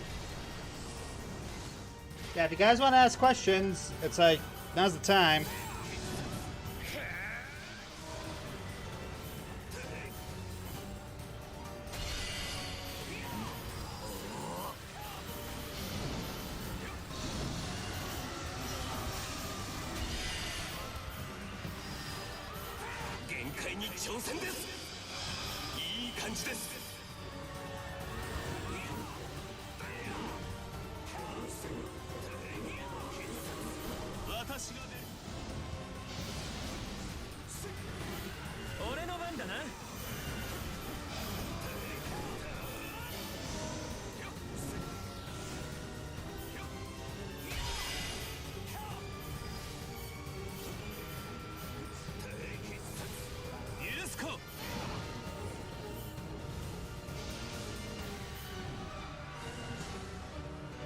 I gotta get rid of these Sin Spears. They're really annoying.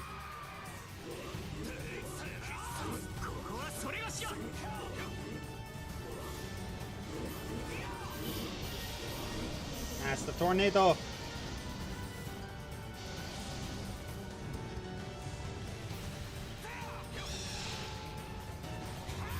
Oh no!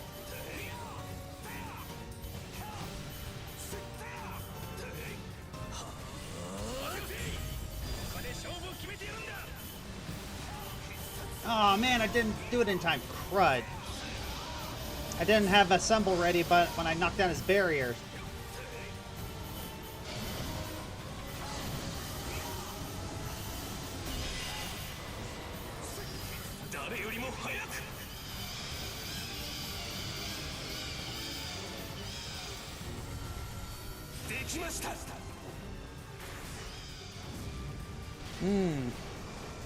So Barricade DBB a 3-way Discord build cipher and Kean. Oh, that the chaos would be delicious.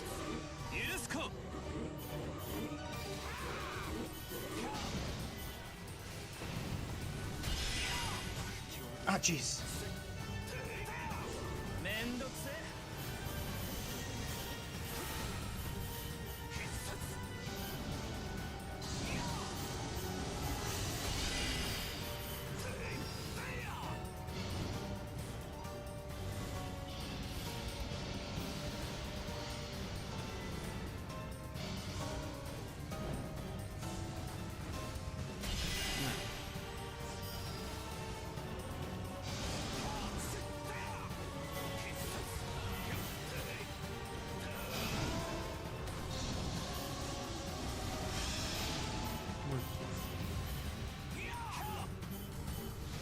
There we go.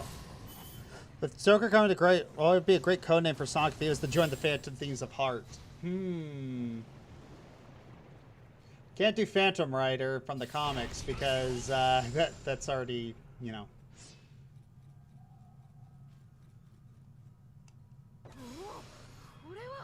Ooh, makes all unlocked formations available for use. That's going to be good.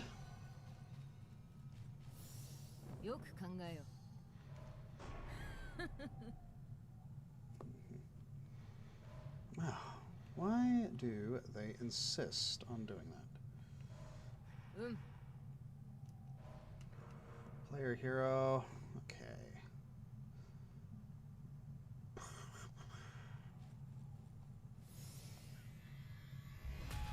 Great code name for Sonic. I don't know. I'd really have to think about that one. Maybe code name. Maybe Wind.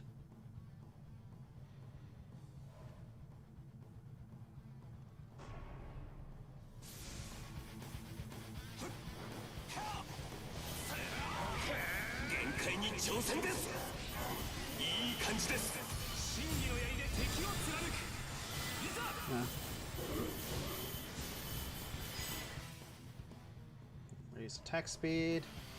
Good.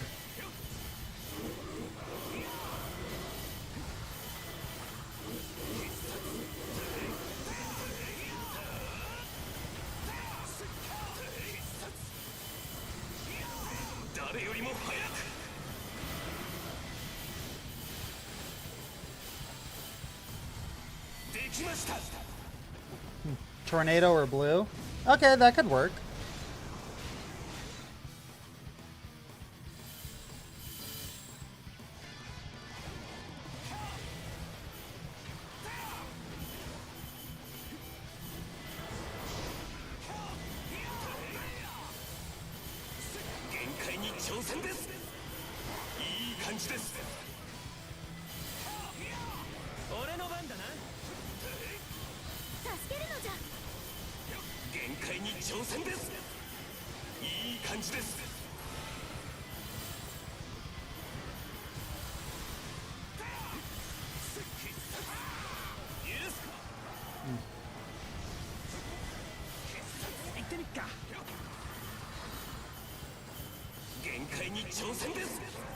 Jeez. That took a lot. Well, at least my defense isn't going to be crappy anymore.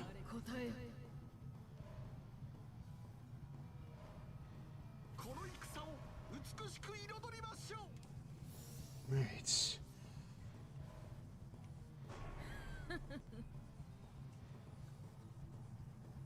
Switch summonable heroes. Select formation. Want the black tortoise.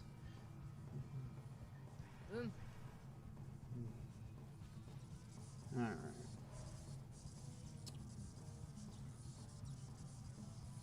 Man, if I could get Zhang Liao, that would actually be really great. Hey guys, back. What did I miss? Nothing much. Just asking questions.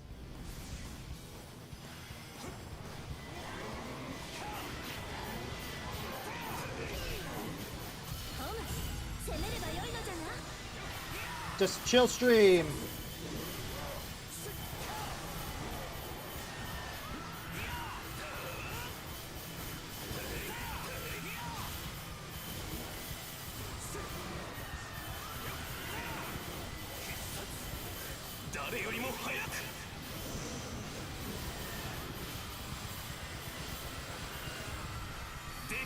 Are in twins today? They're doing alright. Talking about yeah, I can know some stuff, but do you know if you can use it? I think we'll get that answer very soon, honestly.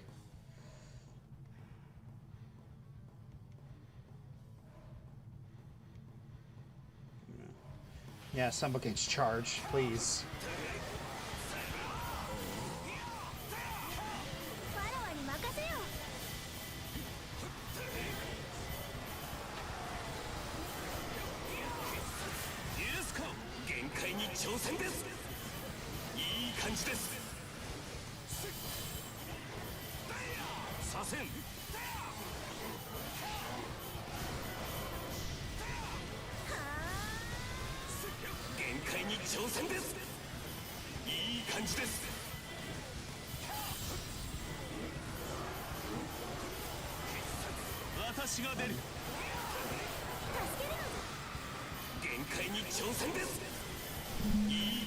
Oh, jeez. Skeletal Griffin with 2 minutes?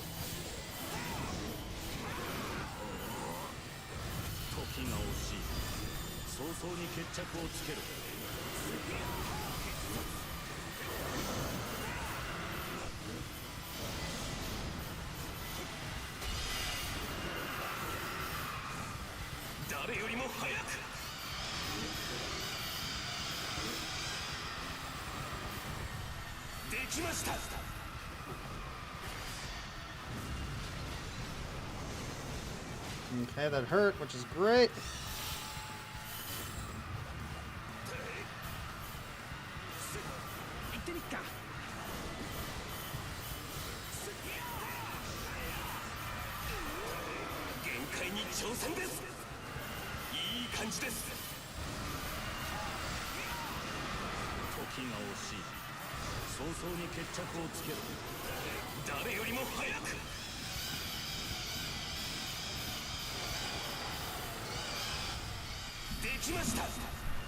This is rough. How's our spirits when I first started learning how to drive? Terrified, but you know.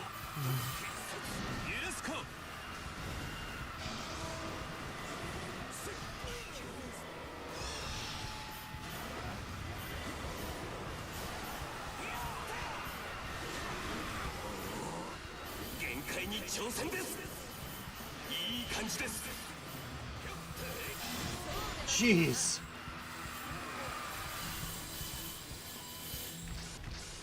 That was rough. Shining Star. Oh, God Ning's ultimate weapon. Okay, I'll take that. Yes! Zhang Liao! Whew.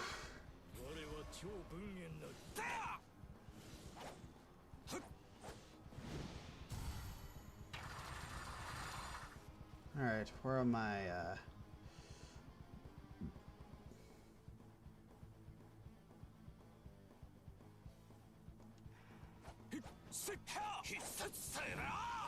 Okay, it's 2 and 4. Got it.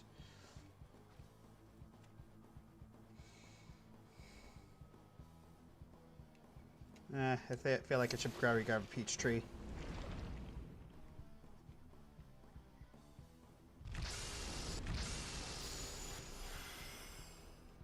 Alright, now I gotta grab this stupid thing.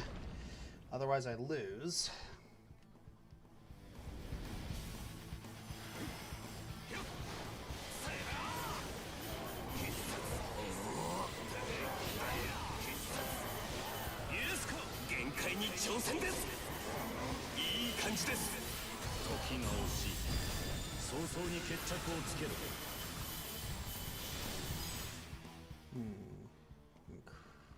Increase range.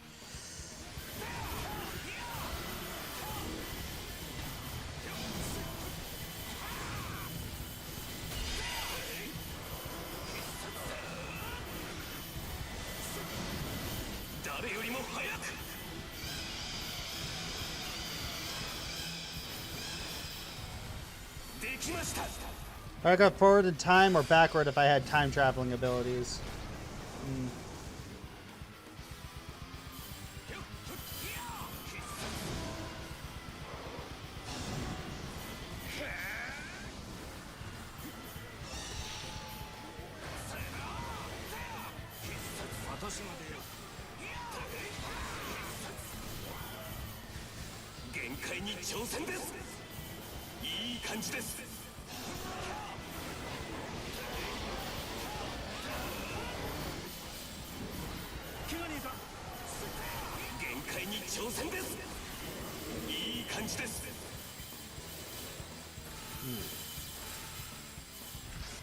Okay. That was rough. Need that build to come online. Or at least I need to find a friggin'... Alright. Good. Let's step out for an ad break. Jeez Louise. But would I rather go forward in time or backward if I had time traveling abilities? Honestly, neither, because I'd be afraid of the pathogens that I'm not immune to.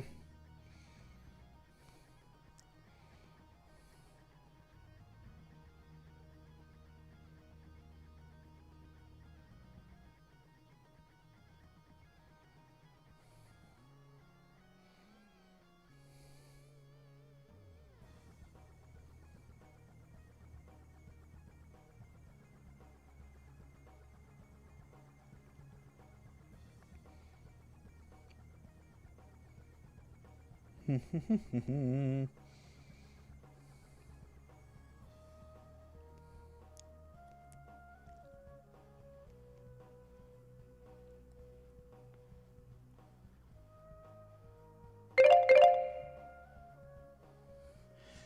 right. Okay, back in the game. But yeah, I wouldn't want to go forward or backward because I'd be too afraid of the pathogens, and if I went back in time, well, I would be too afraid to change the past. And if I went to the future, I don't know. The most I would ever do is just pick the winning lottery numbers, I guess.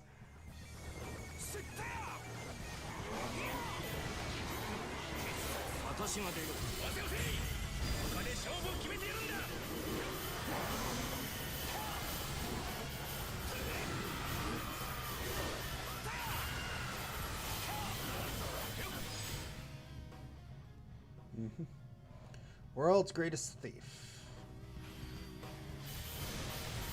Looking forward to seeing the Makarubi death battle? Yeah. Funniest moment I ever had in my life so far. Alright, story time. So, when I was younger, and even nowadays, I suffered from a condition known as sesquipedalian loquaciousness. It means I was fascinated and loved big words. And it bothered my mom. It really did bother my mom. For me, these were just words. For me, these were just, regular words to communicate how I was feeling and how exactly I was feeling. But my mom was able to usually glean that sort of thing with she had high emotional intelligence. So she was able to glean that with smaller words. So she couldn't stand, I was using words that she couldn't understand. And so there was also a point where I was not a rebellious kid growing up. I really was not. I don't think I ever went through my rebellious phase. So, so this moment was special. So one time, my mom just, I used a big word. I don't know which word it was, but then my mom just kind of snapped. She said, Josh, please, can you talk like a regular teenager? And I don't know what happened, but something in my head snapped. And this is the only time I was ever rebellious. I was ever disrespectful to my parents. It's just, I just looked at her and said, well, excuse me if I happen to know words that have more than 3 syllables.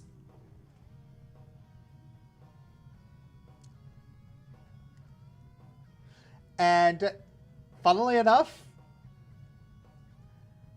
my mom did not take offense to that. She just said, thank you. You acted like a teenager there.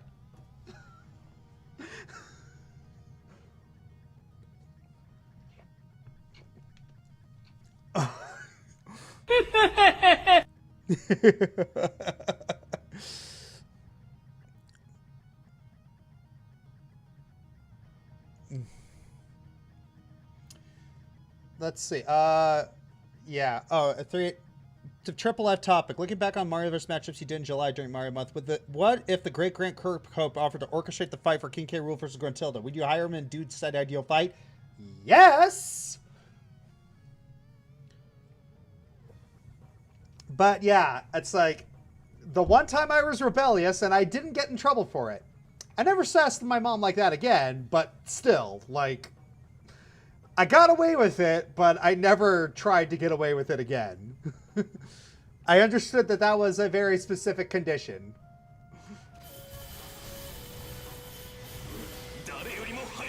But yeah.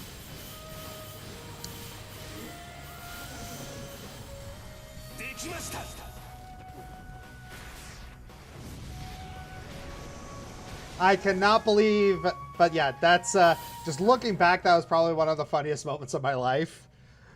But, yeah. I can, well, excuse me if I know words that have more than 3 syllables.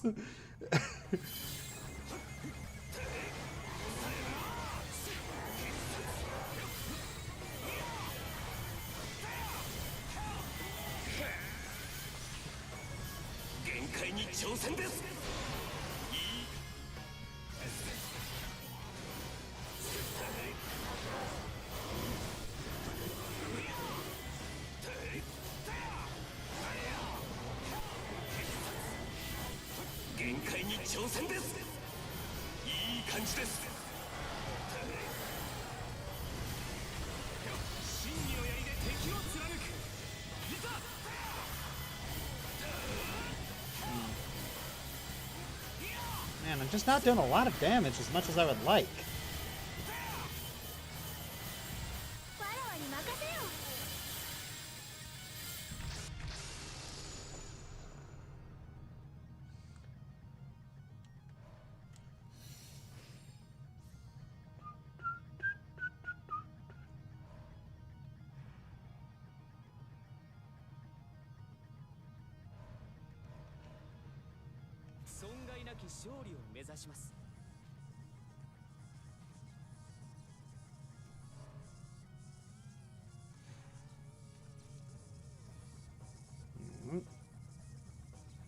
Let's do this. I bet you would have been even more disrespectful if you said, well, excuse me for being smarter than you. Yeah, that would have been, that would have been grounded. It's like, well, but me, I still had to do it in my verbose way. It's just like, well, excuse me if I happen to know words that have more than 3 syllables.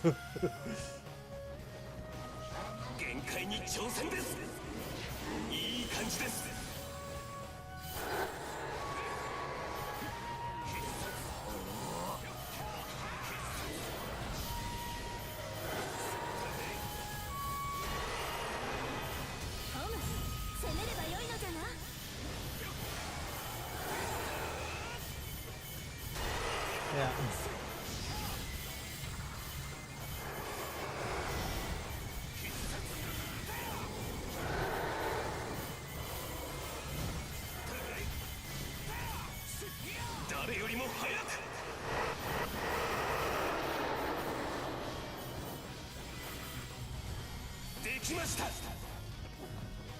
Think of Mario at first for Discord reclusive. You choose to do it. Would the battle start on Concordia? Probably.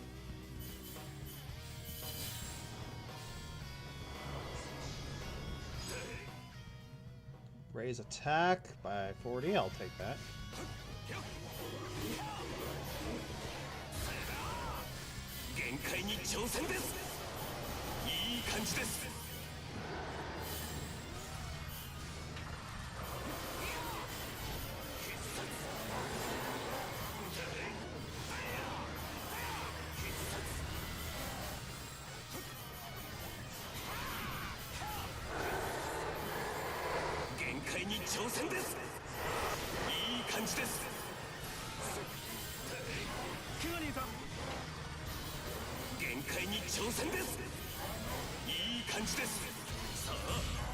Just one more.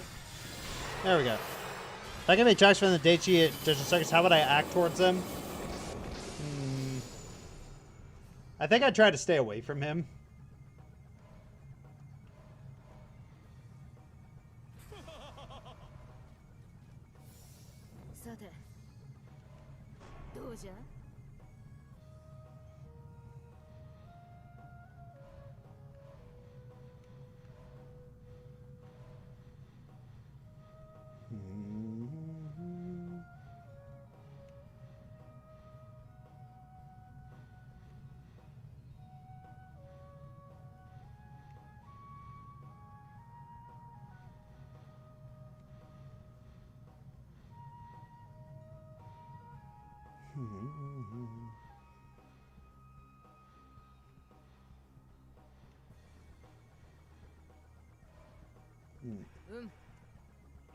Yeah, right now I'm just trying to... Ooh!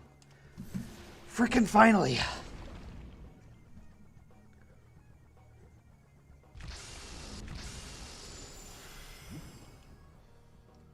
Just gotta take all of these. Unless... Oh, wait, no. The next one is, yeah.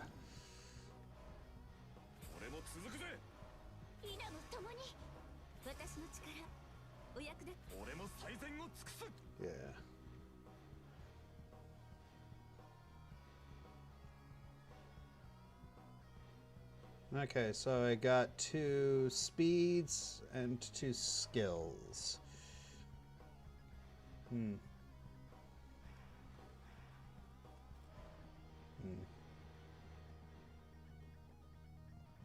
Is that all?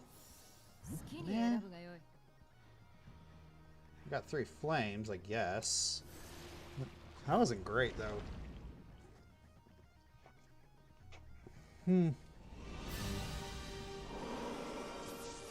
Let's try again.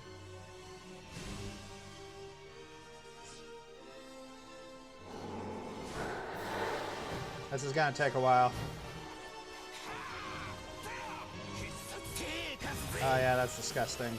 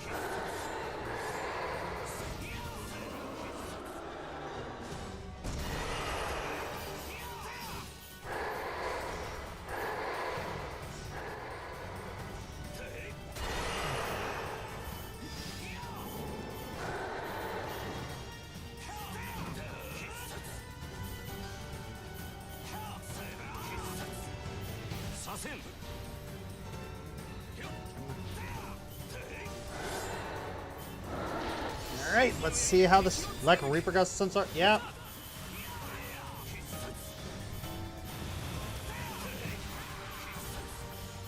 Oh man, this is gonna suck.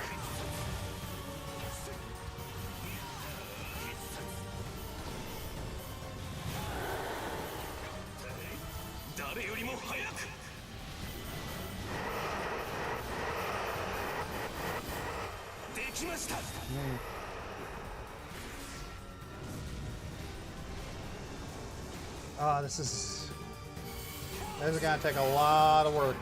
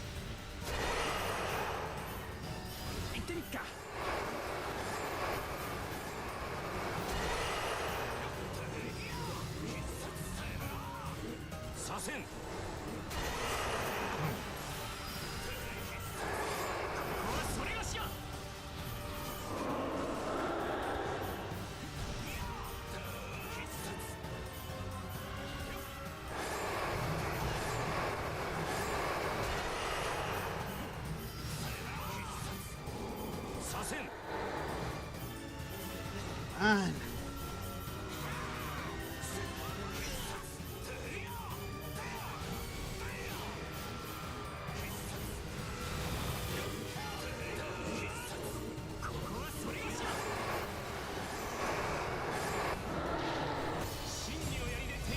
we go.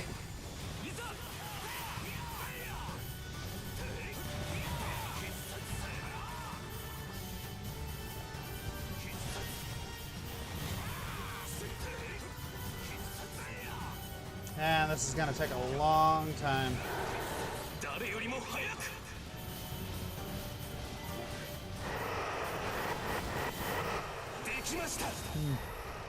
Neon White from Neon White met Adam from Azul Hotel. Would White side with Charlie against Adam?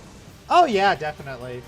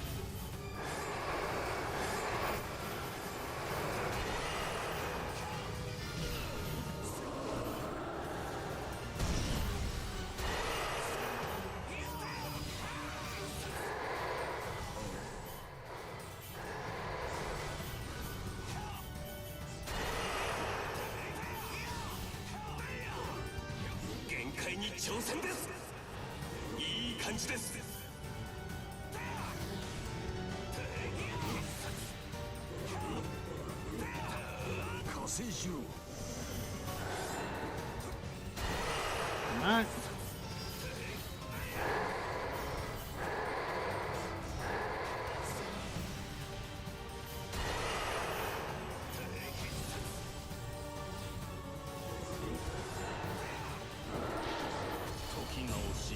There we go.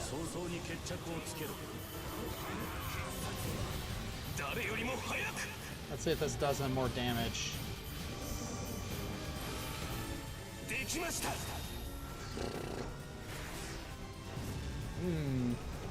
Not great.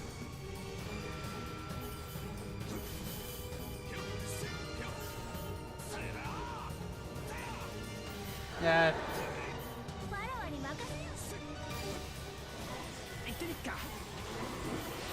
Man, this is gonna take a while.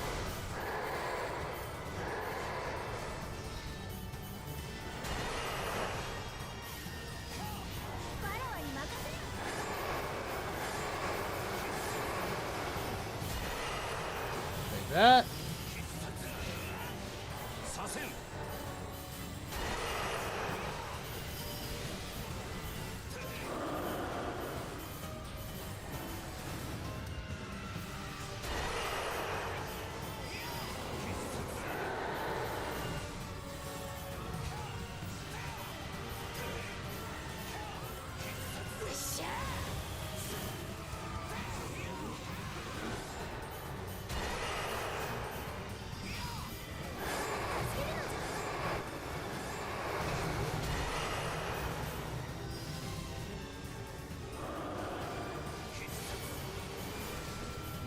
That.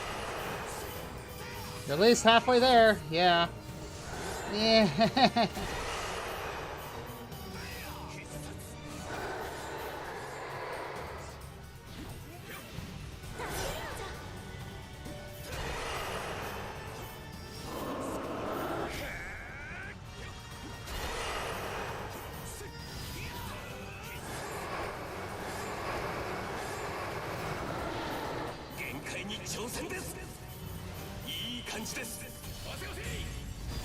Yeah. What's the worst trouble I've ever been in? Worst trouble I've ever been in.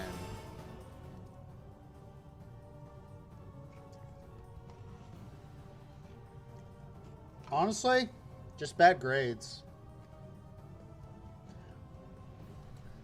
I lived a long time without a good ADD diagnosis.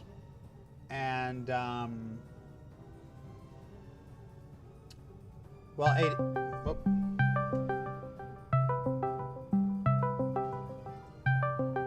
One second. Yellow.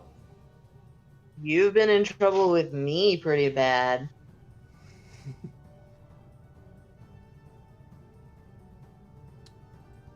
Especially during the first year of marriage. Oh, yeah. Yeah, the first year of marriage is often the hardest.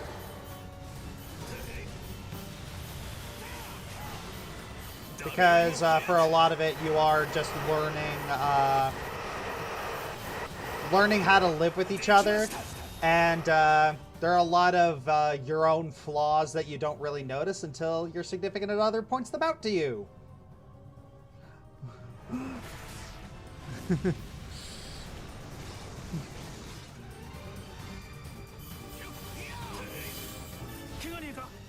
Yeah.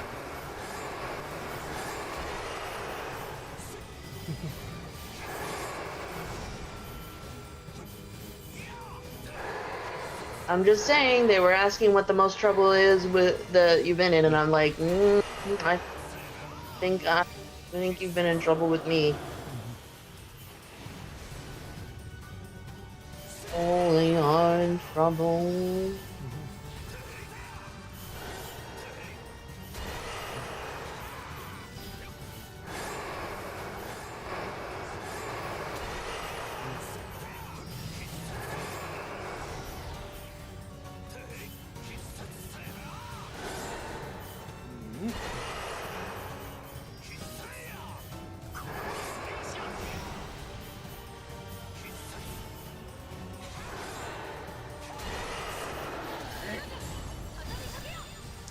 Hey Ari, have you been in trouble with Josh?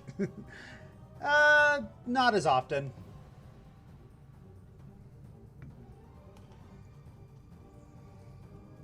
I've done some stupid things too. Yeah, but not as often. But I'm cuter.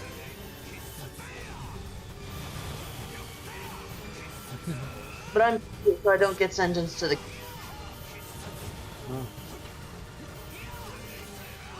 Have I ever been to SeaWorld? Yes, I have.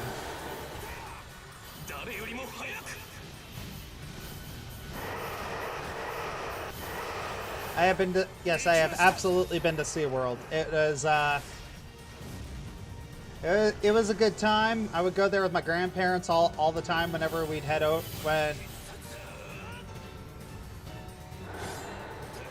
My favorite ride was the water rapids.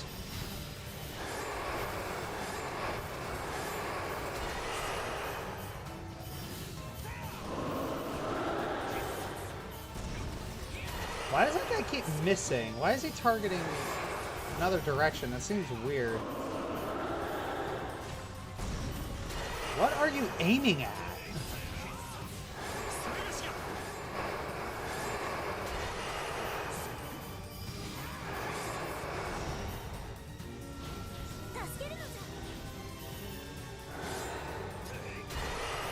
Alright, almost done with this fight. So how are things today, honey?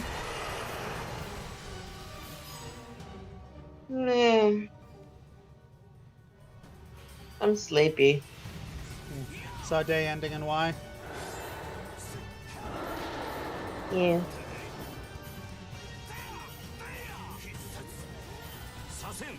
There we go.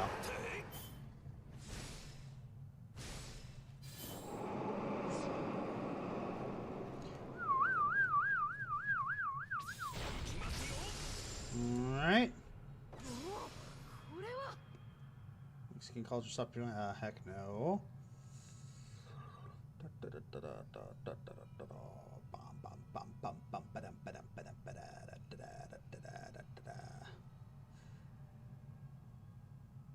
I do another Pokemon Nuzlocke, what game would I do? Honestly, after I'm done with Silksong, I'm thinking about doing a Heart Gold Nuzlocke.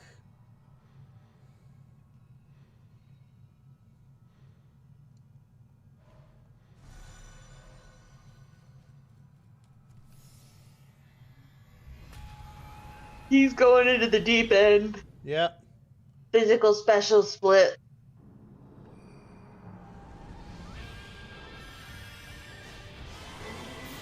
Gen 4 is hard.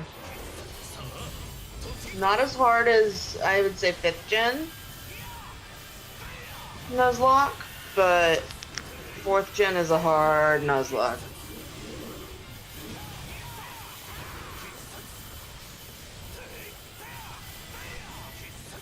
Honestly, you started probably with the best Nuzlocke.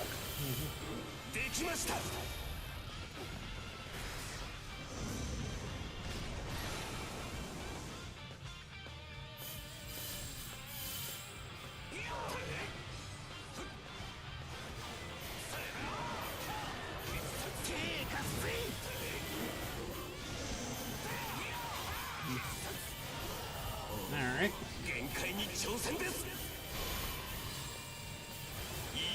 Alright.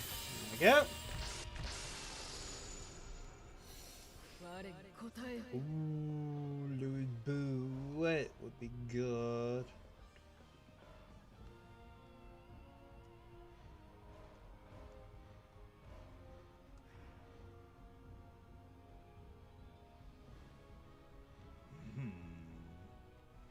Yeah, let's grab Lu Bu. Lu Bu.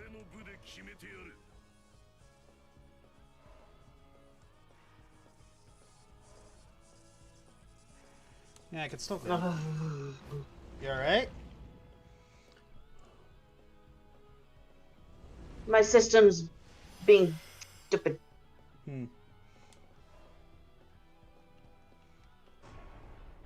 How stupid? Well, I tried to close a ticket and it blacked out on me. That'll do it.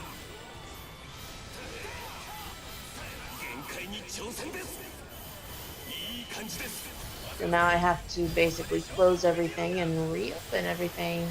I have to clear cache and cookies.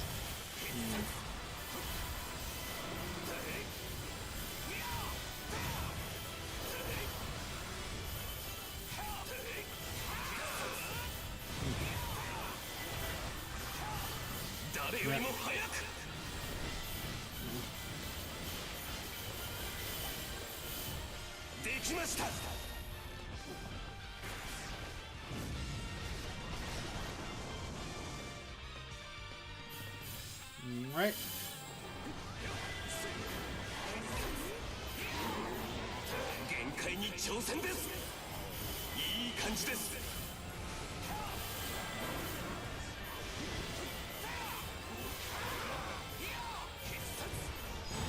What do I got here?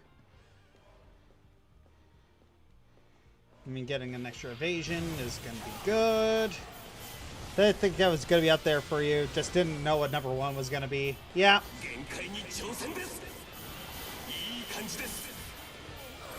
Yeah, they weren't sure. A lot of people, someone was saying that they knew what some of my picks were going to be, but they didn't know what, like, number 1 was going to be. For? Worst villain songs.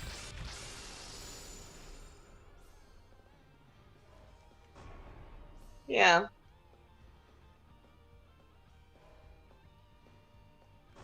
I do think that you kind of missed the boat on some of the easy picks.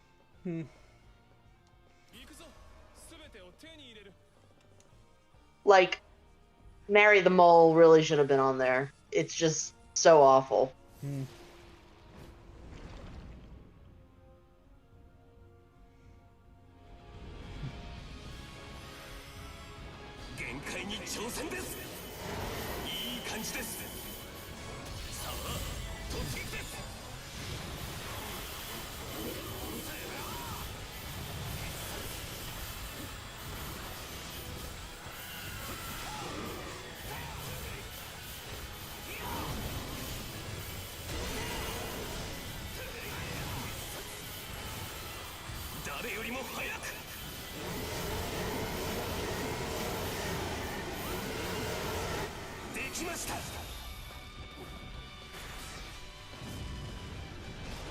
Marry the Mole for Thumbelina? Yeah. It's just so terrible.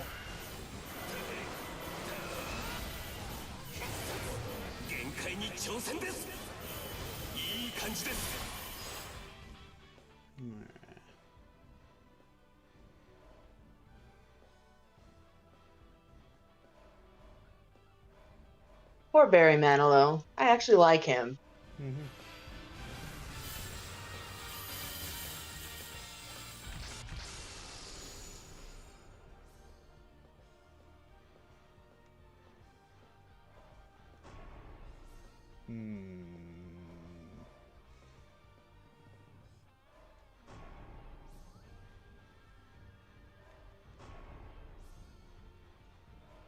Come on, give me something good. There we go.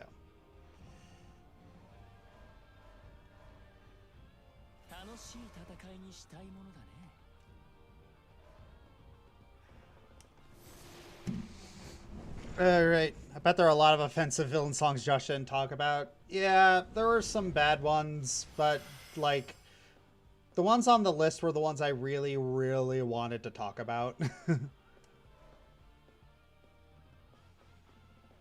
My poor Chris Pine. Yes. I love Chris Pine to death. Just...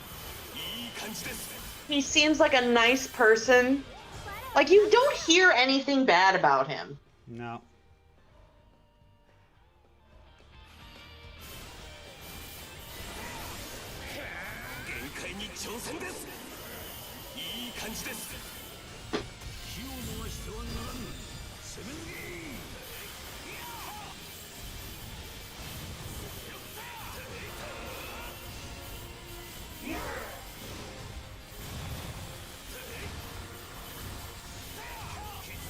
He's one of those celebs that you either hear about a movie he is in or you hear nothing. Yeah. Which they haven't screwed up or anything, you know? Yeah.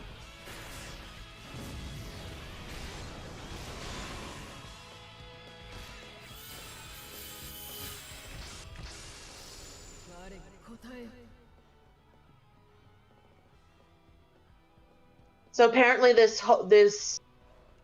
ticketing system, the ticket system is down for everybody. Hmm.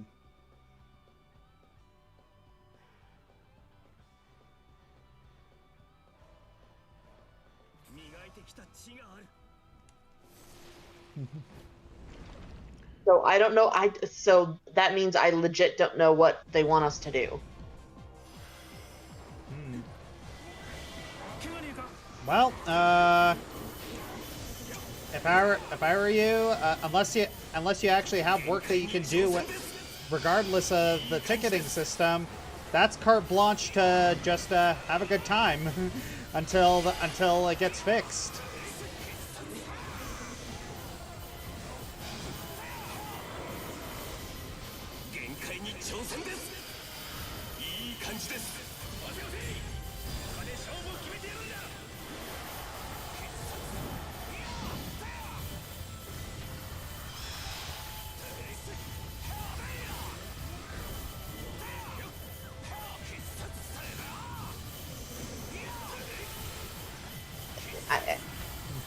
I have nothing. I don't have thing to do. All my job is working tickets. Yeah. Well, if that's it, then you just gotta relax and wait until they get it fixed.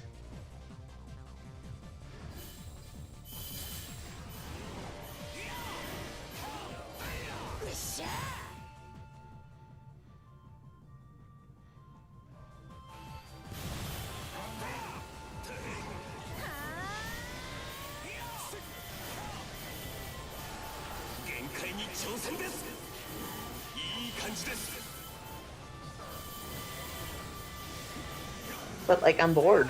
You got a phone, don't you? I'm not supposed to use my phone at work. Alright, then just sit there and be bored. I'm trying to be a good...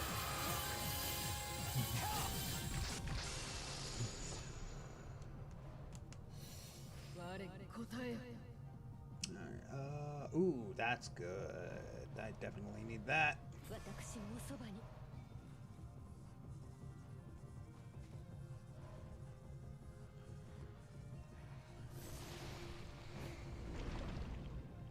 Okay.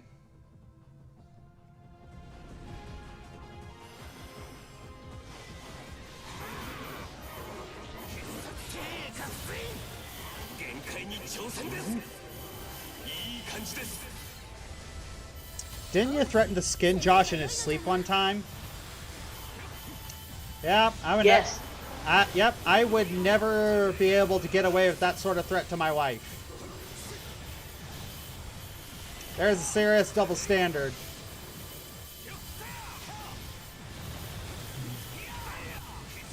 Keep in mind, he was streaming when our children were...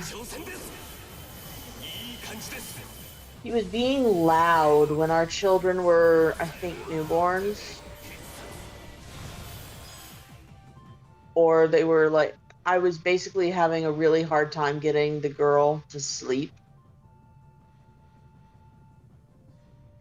Mm-hmm. And I finally got her to sleep after, like, battling with her for, like, an hour. And I was like, if you wake her up, I will kill you.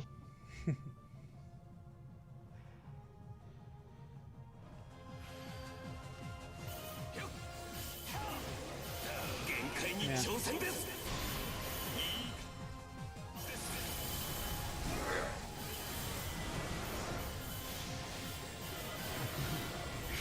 Yep, I would never be able to get away with that with you, no matter how much you made me mad.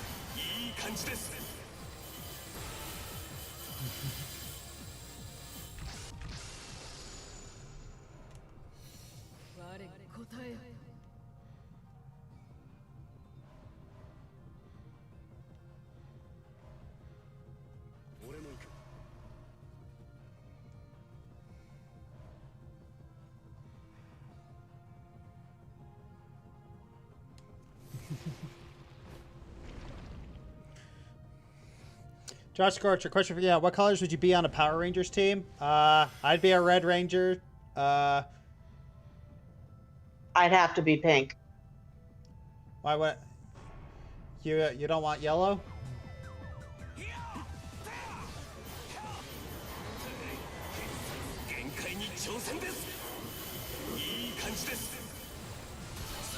Pink equals girl. Yellow Ranger is often a girl too.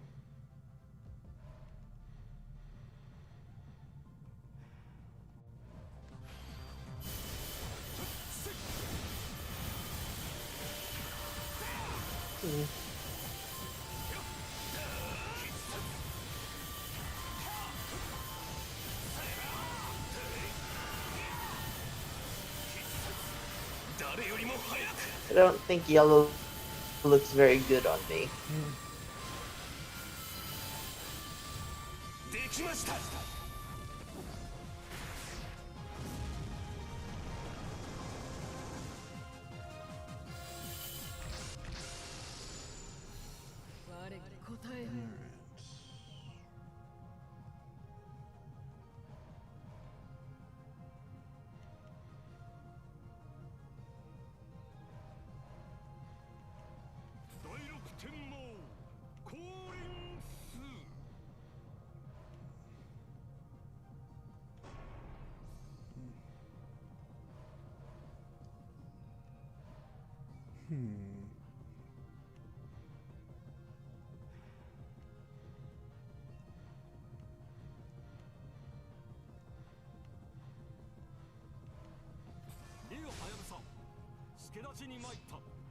Alright.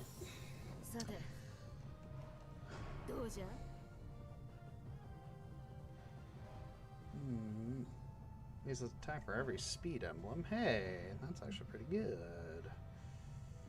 Other way.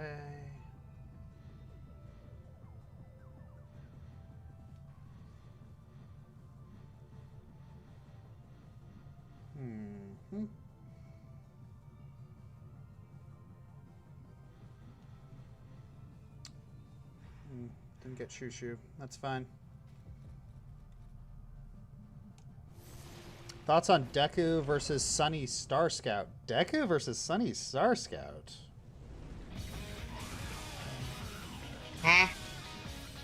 Oh.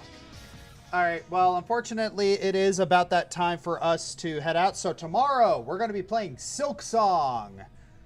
Alright, I am very excited. So, why don't we, So, alright, let's, get the raid started, and we'll see you all tomorrow. Hopefully you don't rage quit this one. Yeah, I'm gonna buy the actual, correct version.